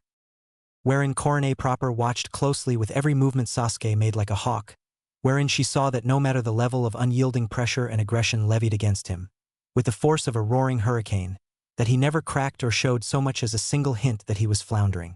That instead of him showing a modicum of panic, that he simply continued to readjust and work to not copy the clone's movements but analyze the patterns of it, and see what would be the most surgical way he could find to dissect and slice it ribbons. Therefore the 15 minutes of Sasuke using his immense speed, prodigious level of blade work, analytical mind, and stalwart defense against Korone's shadow clone would the Senju soon call for time and dispel the shadow clone to give her verdict to the Uchiha. Sasuke, despite being red-faced, his body marked by small patterns of dark purple bruises across his arms and shoulders from parrying, blocking, and deflecting the avalanche's worth of attacks slamming onto him for 15 consecutive minutes, stood nonetheless stone-faced as though nothing had happened at all. I am going to keep it simple with you. You are good, and by far a generational talent with the blade. I didn't think I would see anyone use three-sword style here in Konoha. Where did you get the idea to use that of all things? Korone asked Sasuke, who began sheathing his swords. I felt that it would be an incredibly useful style of fighting to have in my repertoire, if you will. Be it fighting with two swords or even wielding one, I want to be prepared to fight my enemies with any manner of blades at my disposal. Therefore, I looked to using three-sword style because it was the best way to make sure that my offense and defensive capabilities could be at their maximum potential, without sacrificing anything to make it viable. Sasuke answered back. I will give you credit where it is due for being that good with it. In fact, you are a lot better than most who take up kenjutsu just because they want to look flashy with a sword and say they can hack it. Korone spoke in acknowledgement of Sasuke's talents at swordsmanship. Thank you for the praise, Korone-sensei, Sasuke said back. That being said, you held out against my shadow clone as promised. So as a woman of my word and someone who can see that there is some promise of what you were going on about, I will take you on as my student. Korone told Sasuke, who breathed a sigh of relief. This doesn't mean you get to slack off or anything, Uchiha. Understand that from here on out, I am going to make sure that you live up to all that hype you were putting out about becoming some unstoppable swordsman under me. From this point forward, I am going to train you until your bones feel like tungsten every time you move a blade, Your body aches as though you were curb-stomped by a supersized Akimichi, and your swords feel like they are made of solid concrete. Because to make sure that you live up to what you want as my student, I am going to rip out every last drop of talent and potential from your arteries and drive until you can't take it. You want to be one of the greatest to ever do it as a swordsman, fine. I will see to it this happens, and I will make sure your skills with a sword are nothing short of a living nightmare for all that cross you. Korone further spoke, her reddish-brown eyes staring down at Sasuke with the promise of, "You are going to be made a living weapon, even if I had to break every bone in your body to do it. I do not care what you do to me. All that I ask is that under you I become one of the greatest swordsmen in the history of the village. So do whatever you must to make it so. I am ready," was Sasuke's sole response, in being more than ready for whatever she could put him through. "I want you to keep that same energy while we train, because I will make a legend of you yet. So be prepared for any and everything. We are going to be getting to work, and soon. So meet me at Training Ground 10 at 9:30 in the morning, and we will get started on your training," Korone said to the aspiring swordsman. "You have my word that I will not be late to training," Sasuke replied. "I will expect nothing less from you, but until that time, rest up. You are going to need the energy for what I will put you through tomorrow," Korone said back. "Now then, if you don't mind, I have to get going. I promised my mother that we would go gambling in an hour, and I refuse to be late. That woman needs someone to make sure she doesn't screw up at blackjack." Korone spoke before heading off to meet up with her mother to partake in many of Konoha's gambling halls. "At the very least, my limits as a swordsman will be shattered. Then from there no one and nothing will supersede me as a future legendary swordsman of the Hidden Leaf. This is going to be spectacular," were Sasuke's thoughts as the young Uchiha couldn't help but feel a sense of rising joy bloom in his heart. 2 weeks later, Otogekure, 2:24 p.m., July 14th, 996 SE. In the weeks to follow Sasuke's apprenticeship, with things in their focus shift over to Orochimaru, who had successfully transferred his consciousness into their body, and while the Serpent Sannin felt far stronger than they ever had in their life, they also were taking time to acclimate to the overflow and sheer power they now had.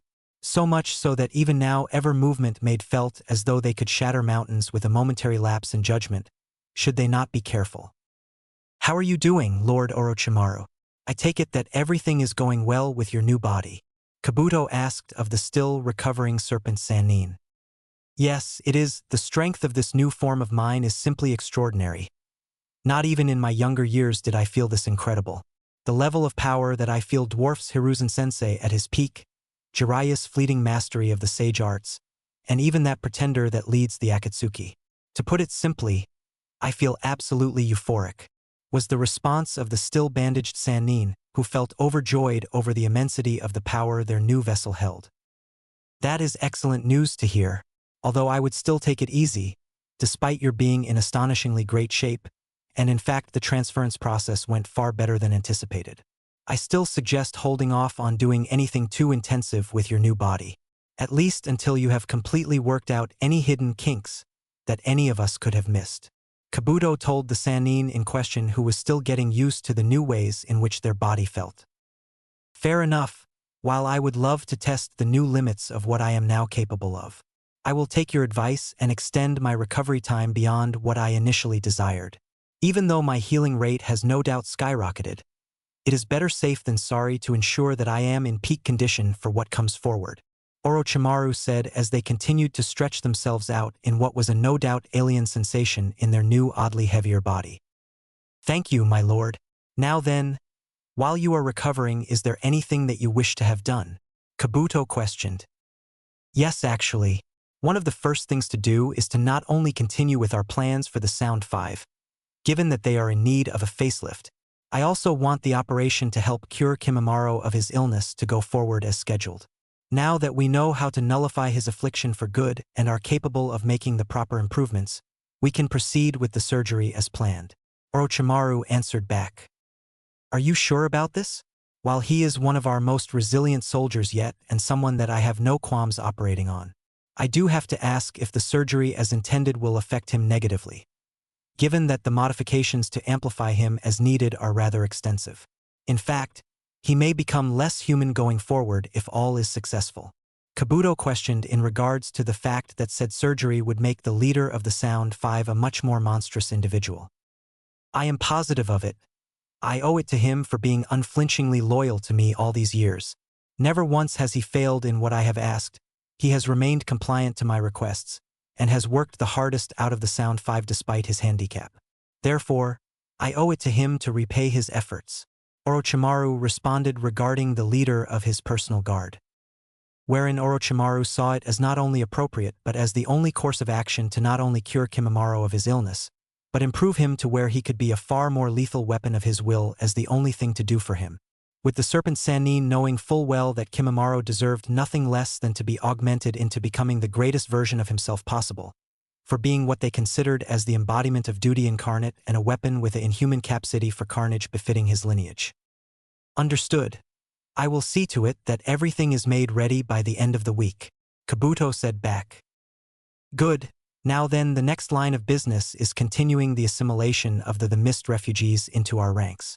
With the plan to legitimize things as the official shinobi village, we will need to accelerate things further, especially in regards to selecting who will be a part of the Fangs of the Hidden Sound. After all, if Ozai has them, then it only stands to reason that I must have my own as well. Orochimaru spoke. Any candidates in mind to be a part of it? Kabuto questioned. There are a few that I have in mind, yes, with Kidamaru, Jirobo, and Kimimaro being my primary selections, given their respective strengths. However, they are not my only selections thus far. Orochimaru informed his right hand. Who do you have in mind? Kabuto questioned. There is one that wields the storm-release kekkei genkai, one that has a particularly fascinating corrosive and acid-based one, which will prove useful for further testing. One of which is a Uzumaki that is highly skilled in the use of polearms, and a wielder of swift release. Then last but not least a steel release user that I am particularly fascinated with, Orochimaru told the silver-haired medic.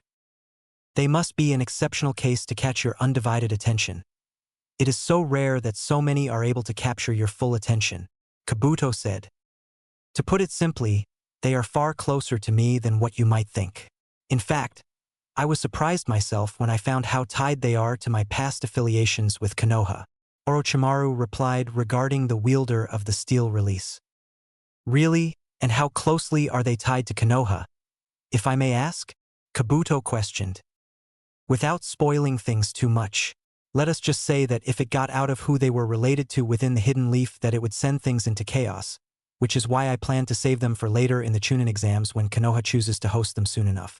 If everything goes accordingly, I will bring my former teammate to his knees, and that perverted wretch will never recover from what I do to him. Orochimaru answered back, as even from behind their bandages could the outline of a malefic grin be found. If that is the case, then I will be paying close attention to the results thereof.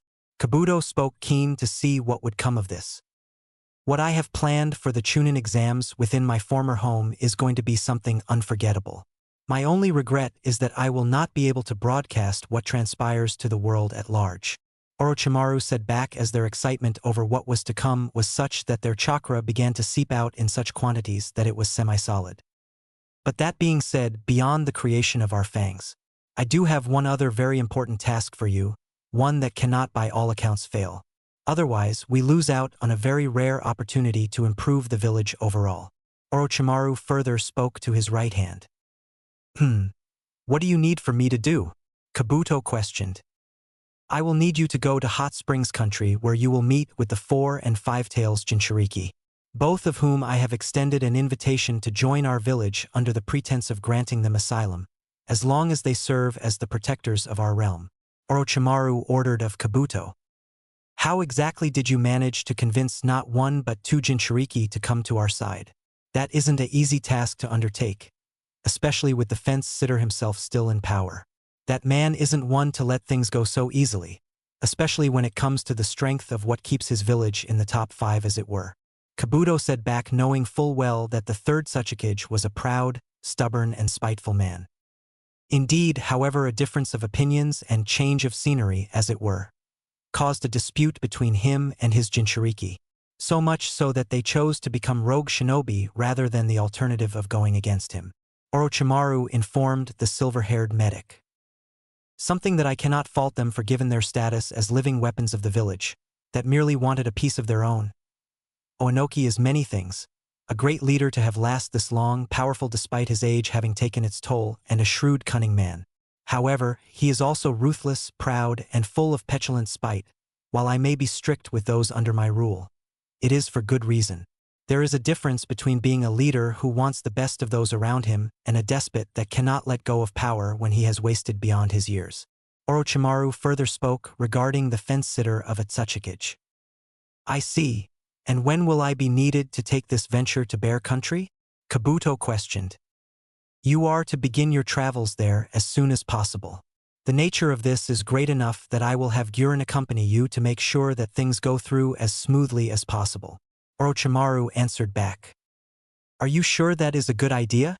No offense to your selection of who will assist me in convincing the 4 and 5 tails to join us. However, Gurren is not what I would call the most adept in social settings.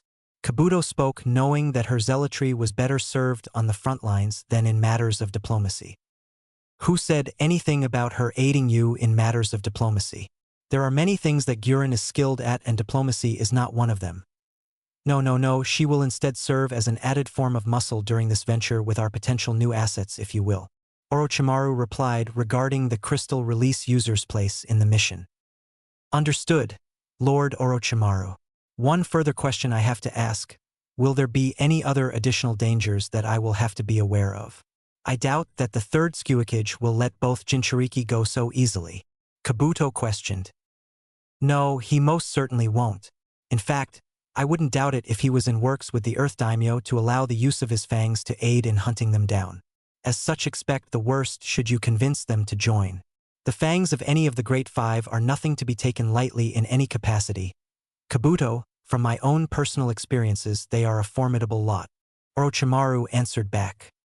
Wherein the Serpent Sannin knew that from both shinobi wars and his time going rogue until now that the fangs of any of the daimyo were nothing to take lightly, given that warriors from any of the fangs he had faced had in times past given them a challenging fight to remember or put him at death's door more times than they could count. That is why the moment you encounter them, I would suggest taking evasive action, while I know for certain that the combined strength of you, Gurren, and the Jinchuriki could counter them and any possible reinforcements they bring. This does not mean that you have to fight them. As such, if you can avoid combat against them when it is not needed, then do so. Orochimaru instructed to his right hand. Fair enough. I will begin preparing the necessary countermeasures should we encounter one of them. Kabuto spoke. Good. It would be a shame if anything happened to you, because you were not prepared for the worst at hand. Orochimaru said back. With all due respect, when has there been a time that I have not prepared for a worst-case scenario? It would be beyond the height of failure if I did not do so, Kabuto said to the Serpent Sannin foe offended by the insinuation. I do not doubt your skills, Kabuto. It is just out of concern for what may happen is all. After all, you can never be too careful with how the nature of things are these days. Orochimaru replied. Of course. And is there anything else that you would have me attend to in your stead? Kabuto questioned regarding any further duties that needed to be done. No, there is nothing further that I will need of you. Now that we are on the subject, once you complete this task for me, you are free to take the next few weeks off to do as you wish. Orochimaru responded. That is very generous of you. Thank you, Lord Orochimaru. Kabuto said back. Of course, you have done more than enough for me over the years. The very least I could do is grant you time to do as you please. The Serpent Sannin said to the silver-haired medic. Now then, prepare for your mission, Kabuto. There is much to be done and little time to waste. Orochimaru commanded as Kabuto nodded and left the Serpent Sannin's room. Now that my final vessel is completed, I will have everything that I need to achieve my deserved retribution against Jiraiya. That perverted fool will rue the day he crossed me yet, were the Sannin's thoughts as they continued to revel in the immense power inside themselves that felt limitless and vast. Sunagakure, 2 hours later, 4:48 p.m.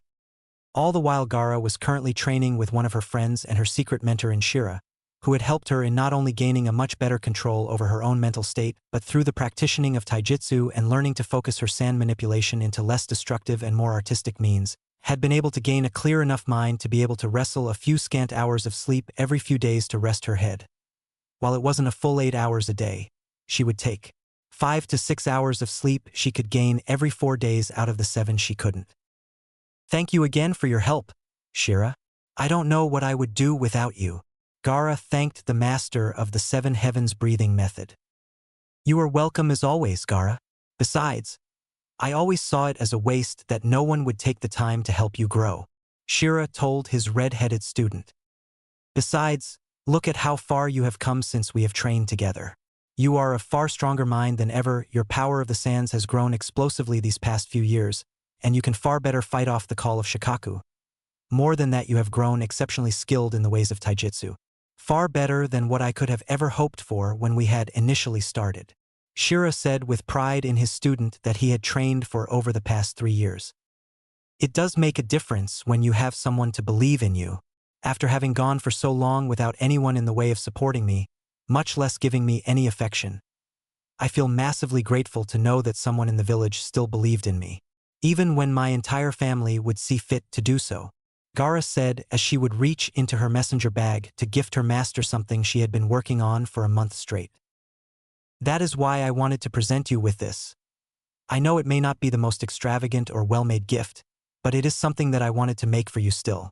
I hope you like it as my way of saying thank you for never giving up on me, Gaara said as she would soon pull out a foot-tall statue of amethyst quartz in the shape of a roaring 3-headed eastern dragon. This looks incredible, Gaara. Thank you, was Shira's response as he carefully took the dragon statue from her. I am glad that you like it, Shira-sensei. I had worked very hard on it for the duration of last month. It may not be my best work, but I know that there is still so much more I can do to improve upon it, Gaara said as a small smile graced her face. You give yourself far too little credit. If it wasn't for the fact that you were forced into being the village's living weapon, I would honestly say that your gifts would have you set for life making these sculptures. The fact that you can create these with such detail, while still dealing with the weight of your burden. All of it is a talent all on its own that should be appreciated. Shira replied, much to the joy of Gaara. So be kind to yourself, you are far more deserving of it than you give yourself credit. You are by far and wide an incredibly talented young woman. The fact that many in the village cannot see that is a massive shame on them. Shira further spoke. I cannot express how happy I am to hear you say that. It feels nice to have someone show me that my existence is worth something more than that of a weapon. Gaara said back, always happy to be around Shira, who was the one person she knew would positively validate her existence. If there is one thing I will never do to you, it is make you feel lesser than what you are worth. You are a great person and I will shout it from the rooftops if I have to, so you know how wonderful you truly are, Shira told Gaara with a friendly pat of her shoulder. Thank you. Hopefully, I will be able to grow strong enough to leave this place. The fact that I have with your help made it further than I could have ever hoped, and yet still so far from freedom. The freedom to choose to be myself and not constantly drown my sand in blood, to feed Shikaku's hunger. It is a bittersweet thought to know that I am closer than I have ever been to true freedom, but at the same time farther than I could ever hope to be from it. Gaara responded, her teal eyes both joyous and somber at this knowledge. Wherein the Jinchuriki of the Sand Spirit had over the years in training alongside Shira, something that had given her greater and greater mental focus, clarity, and emotional stability over herself as a person. Had her realize with her strengthened grip on her own sanity, that her ability to one day have a freedom of her own was something that was nearly impossible. After all, as the village's only ace in the hole and behind her father one of the strongest that the village had to offer, Gaara was often forced to come to grips with the sobering fact that her freedom to one day escape the binds of being forced into a blood-soaked weapon of the village. For a father that scorned her existence, a village that was horrified of her as a waking nightmare, and elder siblings that were all but repulsed by the very nature of what she was. That her chance to one day have the freedom to simply be somewhere, wherein she could craft and create all of the sand and quartz sculptures she wished and live in a peace that she could choose to as she pleased, was a future that, while possible, seemed slim and almost out of reach by that same token. Nothing is truly impossible, Gaara. It is simply difficult to achieve, nothing more. Your freedom to choose how you want to live your life is no exception. We just have to continue striving towards that goal to achieve it. Shira said with full confidence that such a thing could one day be achieved. Do you really think that it is possible for that to happen, Shira-sensei? Gaara questioned. I am not only sure of it, I know that it can and will be done one day. All we need to do is continue to grow stronger and strive to improve in any way that we can. As long as we are to do those two things, then a future where you can choose what you wish to be is all but certain. That much I can promise to you. Shira answered back in a promise that held nothing but almost boundless optimism in his words. If you truly believe that, then I will continue to follow alongside you, Shira-sensei. Gaara said, her small smile never wavering for even a moment. Excellent, now come on, we have more training to do. Greatness waits for no one. So let us begin again, my glorious student, Shira said as he and Gaara got into their respective fighting stances. I do not know how we will achieve it, but someday, one day, my life will be mine to do as I wish, Gaara said as she began her training session once more alongside her sensei. With Naruto and Sasuke taking opportunities to further their paths to power and grow into legends in their own right, we see that Orochimaru, now in their newest and now final vessel, prepares to take things within Otogekure to a wholly new level. What this will entail as the Serpent Sannin plans to make their moves to eliminate their enemies. This and more is something you will have to stay tuned to see in the LL new chapters of You'll Never Keep Me Down, a rippling alternative.